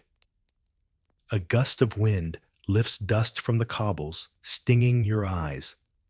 Somewhere behind you, laughter echoes down the lane.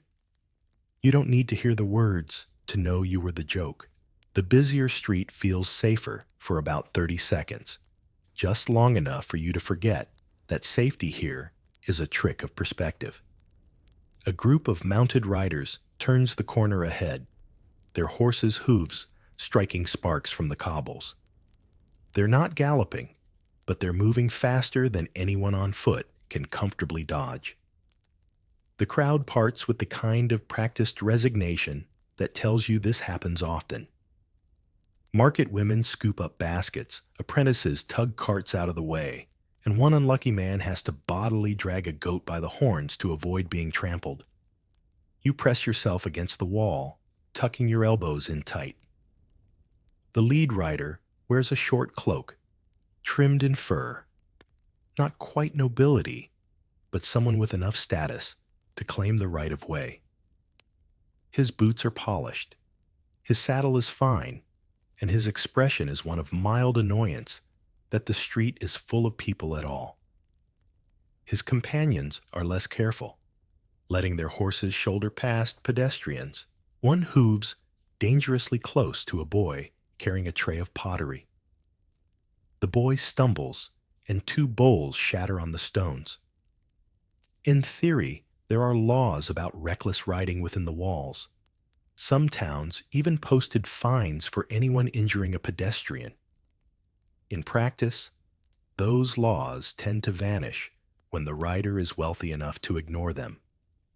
Historians still argue whether such incidents were rare abuses of privilege or a daily reality for the lower classes.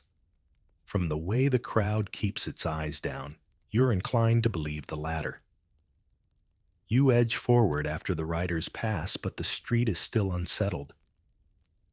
People mutter as they sweep shards of pottery into piles, and a man with a bandaged arm swears under his breath, recalling loudly enough for everyone to hear how he was knocked down last winter by a courier on a lathered horse. The smell of manure hangs heavy in the air, a reminder that streets here are as much for livestock as for people. You step around a fresh pile, only to be shoved sideways by a man balancing two sloshing buckets on a yoke. The water that spills down your sleeve is lukewarm and faintly greasy. You tell yourself it came from a kitchen, not a tannery. As you wipe your arm on your cloak, you notice something ahead, a small cluster of people gathered around a wagon stuck in a rut. The driver is whipping the mule, shouting at it to pull harder, while two men try to wedge planks under the wheels. Every shove sends up a spray of mud, which the nearest onlookers wear without complaint. Getting past means hugging the wall again, watching for loose plaster and sudden door openings. By the time you clear the knot of bodies, you're aware of just how much of your day has been spent dodging horses, carts, fists, pigs, tiles, water thieves. It's a constant negotiation, every step a decision. On a battlefield, you'd at least have a moment to prepare for the charge. Here, the charge comes from every direction, and half the time you don't know you've been hit until you check your pouch, your ribs, or your pride. The smell of manure lingers longer than the horses themselves, but the street has already queued up your next hazard. A faint, rhythmic clang draws your attention, a blacksmith's hammer ringing from somewhere ahead. You round a bend and see his sleeves rolled up, working in the open front shop that bleeds directly onto the street. Sparks leap from the anvil with each strike, and every now and then one spits far enough to make passers-by flinch. The forge heat rolls out in waves, cutting through the chill in the air.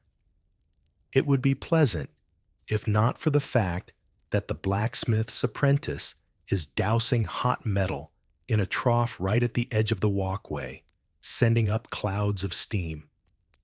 You have to angle yourself between the trough and a passing cart loaded with firewood, trying not to inhale too deeply in case you're breathing in more soot than air.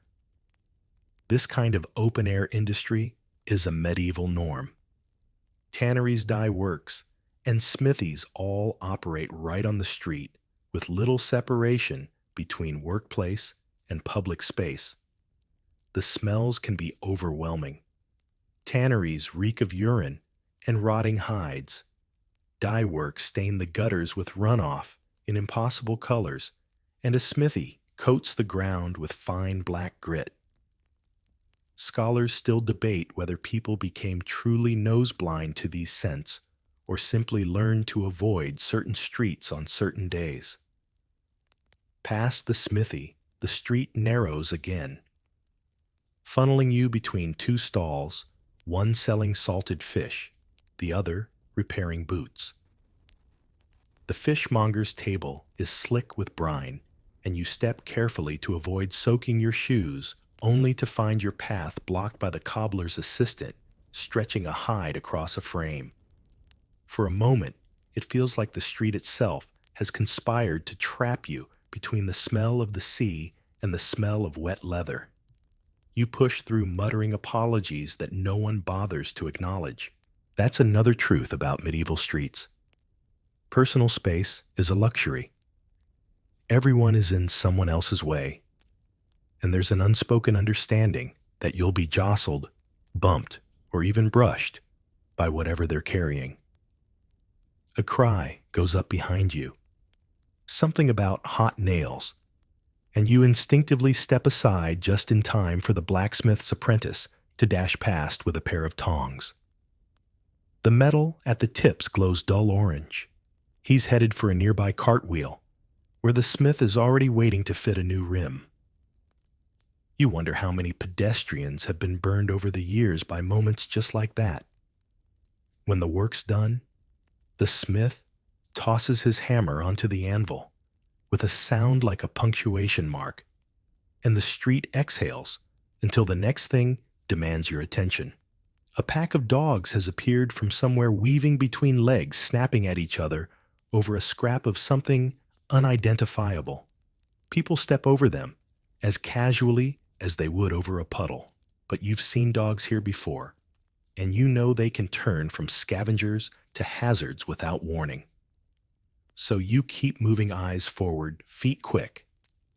In a place where industry and danger share the same footprint, your best defense is to never stop long enough to become part of the scenery. The pack of dogs drifts away toward the fish stall, but one lingers, watching you with the calculating stare of an animal that knows the rhythm of the street. Its ribs show under patchy fur, and a faint scar pulls the skin tight over one eye. You shift your weight to walk on, but it matches your step for a few paces, sniffing at the hem of your cloak before losing interest to a noisier opportunity down the lane. The noise, as it turns out, is coming from a man leading a small herd of goats. They move with the chaotic confidence of creatures who've decided the street belongs to them. The lead goat butts an empty bucket, sending it clattering into a doorway. A child squeals with laughter. The goat flicks its tail and continues. You flatten yourself against a wall as they pass, the warm, sharp smell of livestock clinging to the air. Animals here aren't confined to farms. They're part of the street's population. Chickens scratch in the gutters, pigs root in refuse, and cats patrol roof lines. In some cities, bylaws existed to limit certain animals within the walls, but enforcement was patchy at best.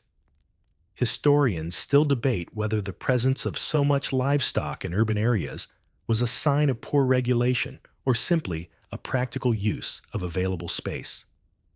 Either way, you learn quickly to watch your footing, not just for waste, but for a sudden hoof or beak in your path. Past the goats, you find yourself in a narrow passage where the air hangs heavy with smoke. Someone has set up a brazier here, grilling skewers of meat over open coals. The scent is tempting, but the stall is wedged so tightly against the wall that anyone passing must thread between it and a stack of firewood. You sidestep, feeling the heat lick your arm, and try not to think about how easily the flames could leap to the timber above. The stall holder calls after you, touting the quality of his wares. You shake your head without slowing. On a street this crowded, stopping feels like an invitation to trouble. Sure enough, as you glance back, two boys dart in from opposite sides of the lane, one to distract the other to snatch a skewer. The vendor curses, brandishing a stick, but the boys vanish into the crowd like smoke. A shout from further ahead draws your attention, something about a lost child. The call is picked up and repeated by others until the whole street hums with the sound. You spot the girl a moment later, standing on tiptoe outside a stall, eyes wide. Her mother pushes through the throng, gathers her up, and scolds her with the kind of relief that sounds angry. The scene draws a small audience, then dissipates, everyone returning to their errands. On medieval streets, drama blooms and dies in minutes. You finally emerge into a slightly wider stretch of road where the light feels cleaner and the air carries a hint of wind from beyond the walls. It's a reminder that somewhere out there, space exists, space where you could walk without sidestepping pigs dodging sparks or watching the rooftops for falling debris. But you're not there yet. You're still in the city's grip, where every step forward is a wager. You'll make it to the next turn without incident.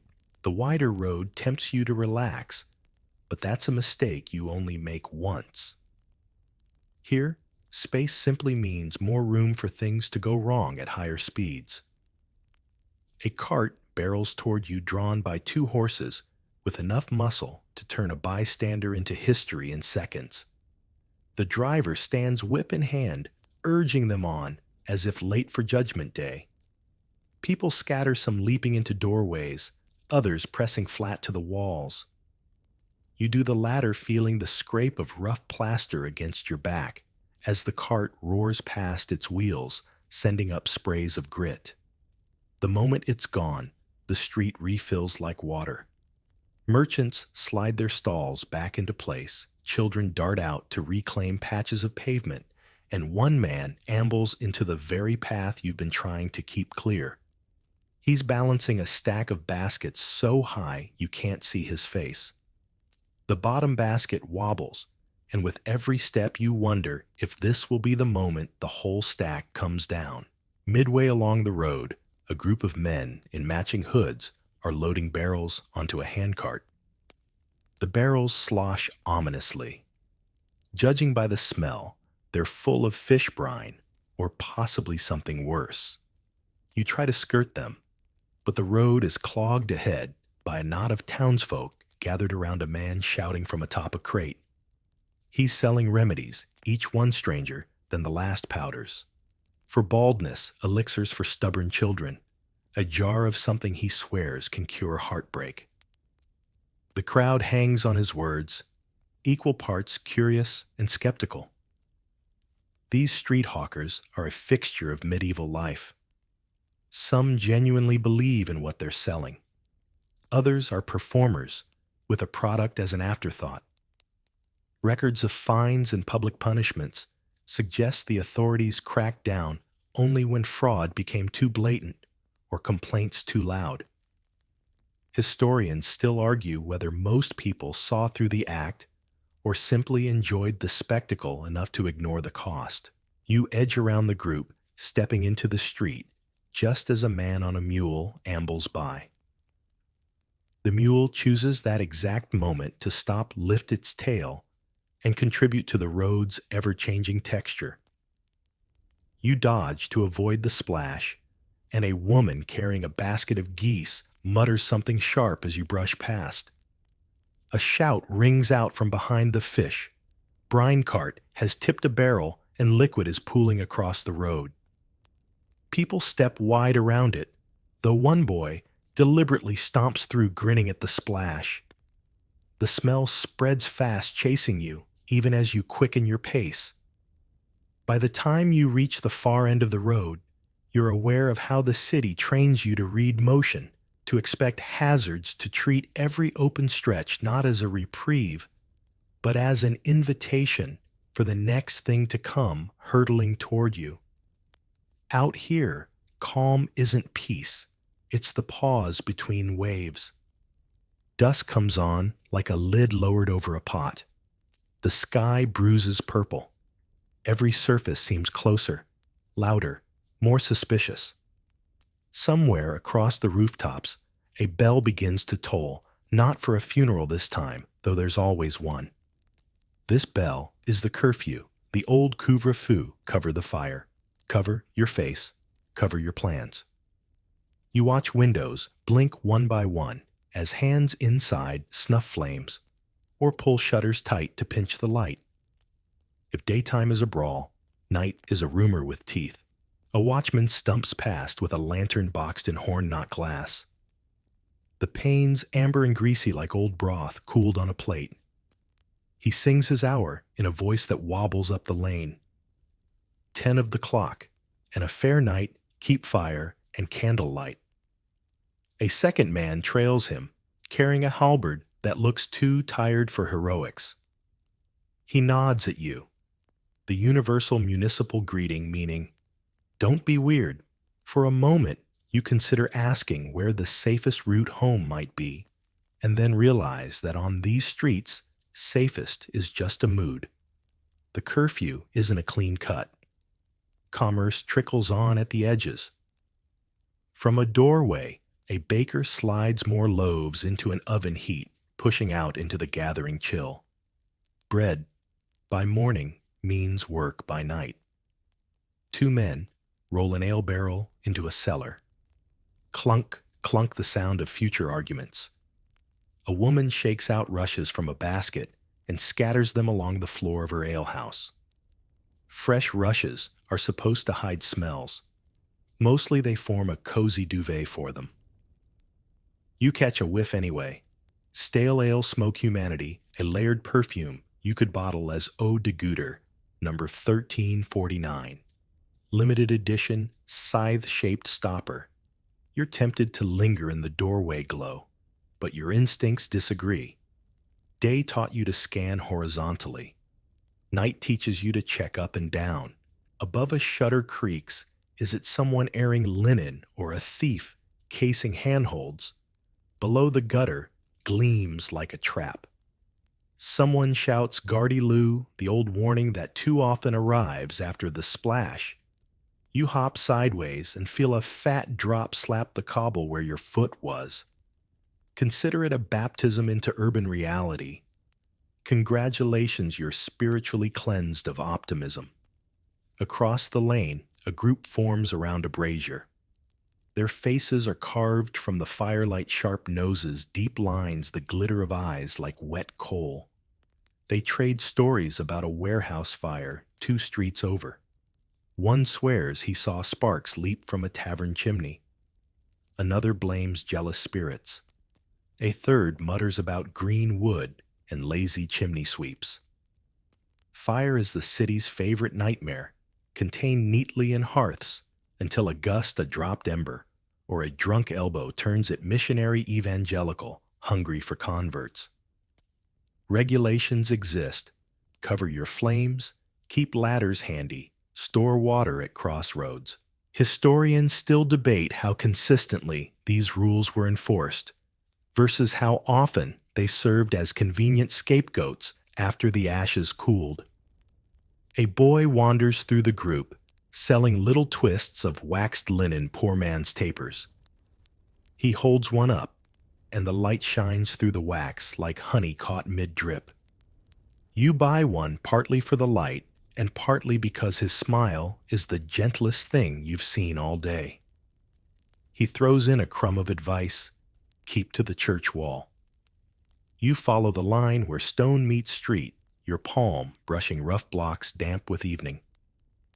The niche saints stare down with expressions that may be blessing or mild disappointment. Hard to tell in this light. You pass a small shrine stacked with votive candles and clay charms shaped like limbs, tiny terracotta legs, and arms praying for their larger counterparts. A woman pins a scrap of cloth to the wall with a thorn and whispers a name you don't catch. You leave a copper and the thought of your bruised ankle from this afternoon's cart dash. If the saints are taking requests, maybe they accept IOUs in gratitude. Scholars still argue whether these street shrines were tolerated as folk overflow or actively sponsored by parish clergy. Either way, they work like psychological handrails. You grip the feeling and keep going. The lanes grow thinner, drawn tight as laces. Somewhere to your right, a door opens and a lute spills a loop of notes into the cold. A second later, the door shuts and the melody cuts off like a throat being thumbed. You think of the watchman's song and feel a wry gratitude for official boredom. There's a line between racket and music that nighttime patrols pretend to police. In truth, they mainly heard noise from 1 hour to the next. You turn into a side passage with the name Hog's Tail scratched over the arch. Every city owns at least 10 Hog's Tails and 3 Dead Man's Alleys, as if the streets name themselves after what they do best.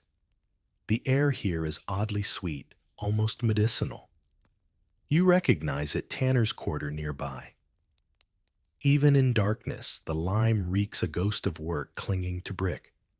The tanning pits are covered at night, planked over like drumheads, but the vats bubble on. You picture the hides steeping in urine, collected legally, even taxed in some places. Remember that Roman latrine sponge we groaned about medieval streets? Would like you to know they too have a complicated relationship with sanitation and economics. In some guild records, nighttime urine collectors, delightfully nicknamed pisspot men, had routes and schedules. Whether that made streets any cleaner is, as scholars delicately phrase it, uncertain. Halfway down Hog's Tail, a shape detaches from the wall, a man with a bundle slung under one arm, and a knife grin he hasn't bothered hiding. You slow, not by choice, but because he wants you to. He cocked his head, listening, as if your music he's weighing. Then he flicks his eyes to your taper, to your boots, to your hands. A quick inventory, value threat story. Your heart ticks, like a dropped bead, racing toward a crack in the floorboards. And then a miracle of bureaucracy, the clack-clack of a watchman's wooden clappers. The knife grin melts back into the alley's shadow. Not gone, just deferred. The watchman rounds the corner, horn lantern, swinging halberd scraping the wall, and gives you the same "don't be weird" nod. You answer with your best, I'm aggressively normal smile, and step aside. He clacks again, city percussion comforting as a heartbeat you didn't know you were missing, and the dark exhales. Here, the lane opens into a little triangular court, the sort of space that appears when planners give up and the houses negotiate amongst themselves. A pair of gutters meet here, murmuring like low conversation. On one side stands the raker's shed, tomorrow morning's hero, today's invisible neighbor. Rakers and scavengers start before dawn, scraping filth off the stones and carting it beyond the gate to dump or sell as manure. There are municipal orders about their routes, and hours, some stern enough to suggest regular failure. Whether rakers truly kept pace with the mess remains an open scholarly debate, but you know one truth: whenever they're late, your shoes know first. A man pops from the shed carrying a rake taller than himself. He catches you looking and shrugs. If we don't move it, the rain will. Practical theology, that. He points his chin at your taper. Wind'll have it soon. You thank him and cup the flame with your palm, nurturing that thumb-sized sun. Every breeze becomes a teacher in miniature. Be small, be steady, be stubborn. From the far edge of the court, another bell rattles, thinner and more frantic than curfew, the leper bell, or something like it. The sound walks before a figure in a hooded cloak who keeps to the shadow edge, head bowed. People instinctively turn their faces away. You do too, before you know you've moved. Whether the person truly carries sickness or simply poverty that looks like it, the bell performs the same work. It makes room. We like to imagine medieval crowds as a single roar, but there are many small silences inside it. You hook left and find yourself on Bridge Street at last. The river grumbles under the timber spans. Houses perch on the bridge like gulls' upper stories, leaning until neighbors almost kiss. A mill wheel turns in the black water below its paddles, chewing moonlight. A boat glides by with one hooded figure and a pile of something lumpy under a tarp. You file the sight under "Not My Business" and give the river a quiet salute. Bridges are city veins, markets by day, funnels by night. Watchmen post here in pairs because falling in is both common accident and easy murder. You keep to the middle, away from low parapets slick with moss. At midspan, a beggar steps from a doorway, holding a relic box the size of a child's lunch. He swears it contains a saint's eyelash. You tip him a coin because, eyelash or not, faith and hunger often wear the same cloak. Quirky tidbit alert: there truly were portable relics used to coax coins from tight hands on feast eves. Whether this particular box holds anything holier than lint is an issue the church would prefer to resolve gently. Open question: did most townsfolk care about authenticity, or about the excuse to be generous without explanation? Historians politely disagree. Off the bridge and up the rise, you reach a gatehouse that squats like a patient toad, its portcullis caged above. Two guards play a dice game balanced on a barrel lid. A third warms his hands over a brazier and eyes your taper as if his fingers miss its heat. There's a curfew on leaving after hours, but a small gate is cracked. For latecomers toll a coin answer. Where you're headed, try not to look like the night's trouble. You pass under, and the city wall breathes you out into the fringe, where orchards hunker and small plots of cabbage pretend their leaves are armor. Out here, the air loosens. Stars show thin cold, reassuring. A fox slips through grass. An owl writes its question mark across the dark.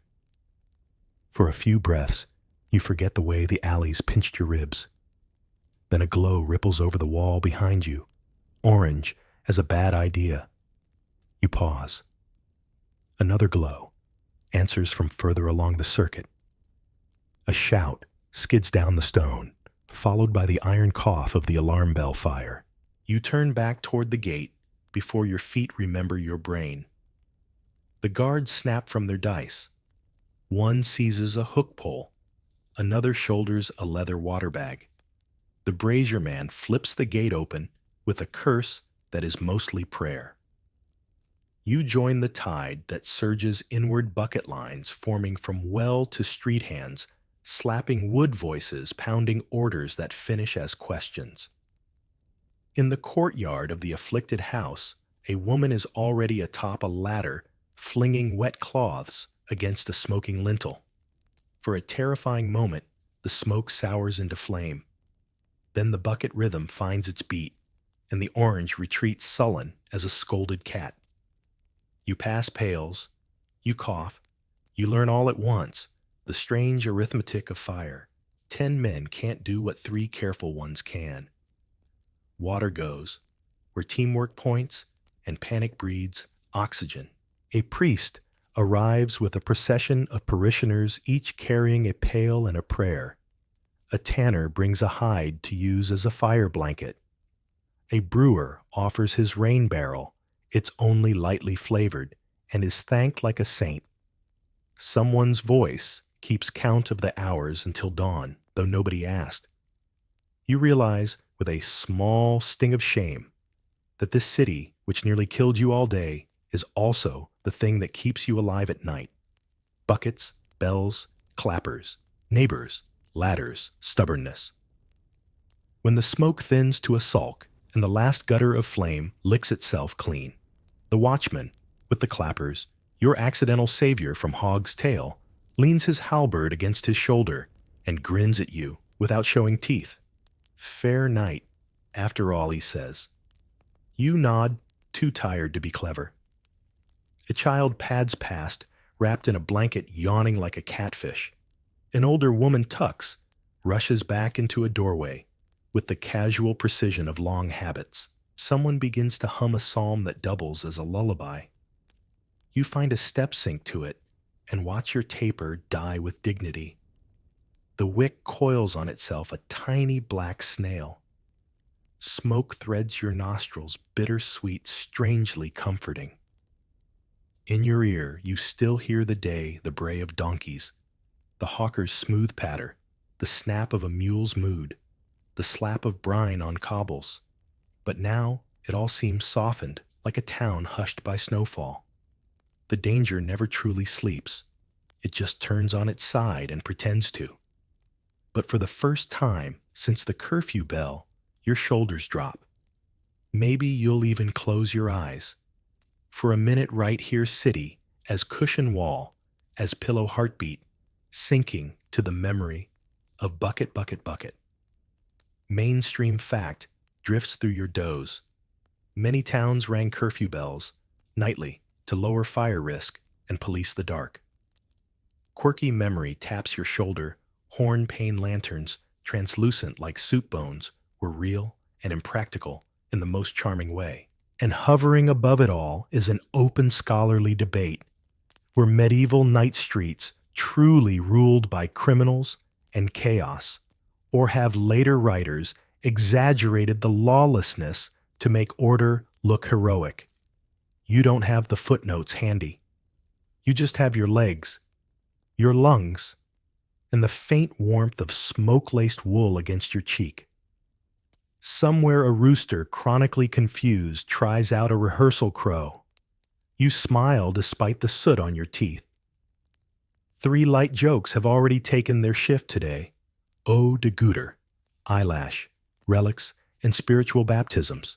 So you let this one pass with a nod. You are still here. The city is still here. And when dawn peels back the sky, the streets will rise again, lively, lethal, and weirdly beloved, ready to prove once more why they were deadlier than battlefields, and yet somehow the only battlefield on which ordinary people could win by simply staying on their feet. The fire is out, the crowd thins, and the air carries that peculiar aftertaste of wet ash, half victory, half warning. You stay seated on the step a while longer, letting your breath settle. Around you, the city resets itself for morning, in ways so quiet they could almost be dreams. Somewhere down the lane, the raker's cart begins its slow, rhythmic scrape along the cobbles. A baker's boy jogs past with a bundle of kindling under one arm, eyes still gummy from sleep. A milkmaid appears from an alley with 2 pails slung from a yoke, the milk inside frothing with each step. The clang of the blacksmith's hammer hasn't yet begun, but you know it will soon. Just as the tanners will lift the covers from their pits, the fishmongers will gut their first catch, and the streets will fill again with all the hazards you've been dodging. You rise joint stiff and start walking toward the quarter where you've been lodging. The street is damp from the bucket lines, its stones darker than before the gutters, running thin rivulets out toward the river. A chicken pecks at something unidentifiable in a doorway.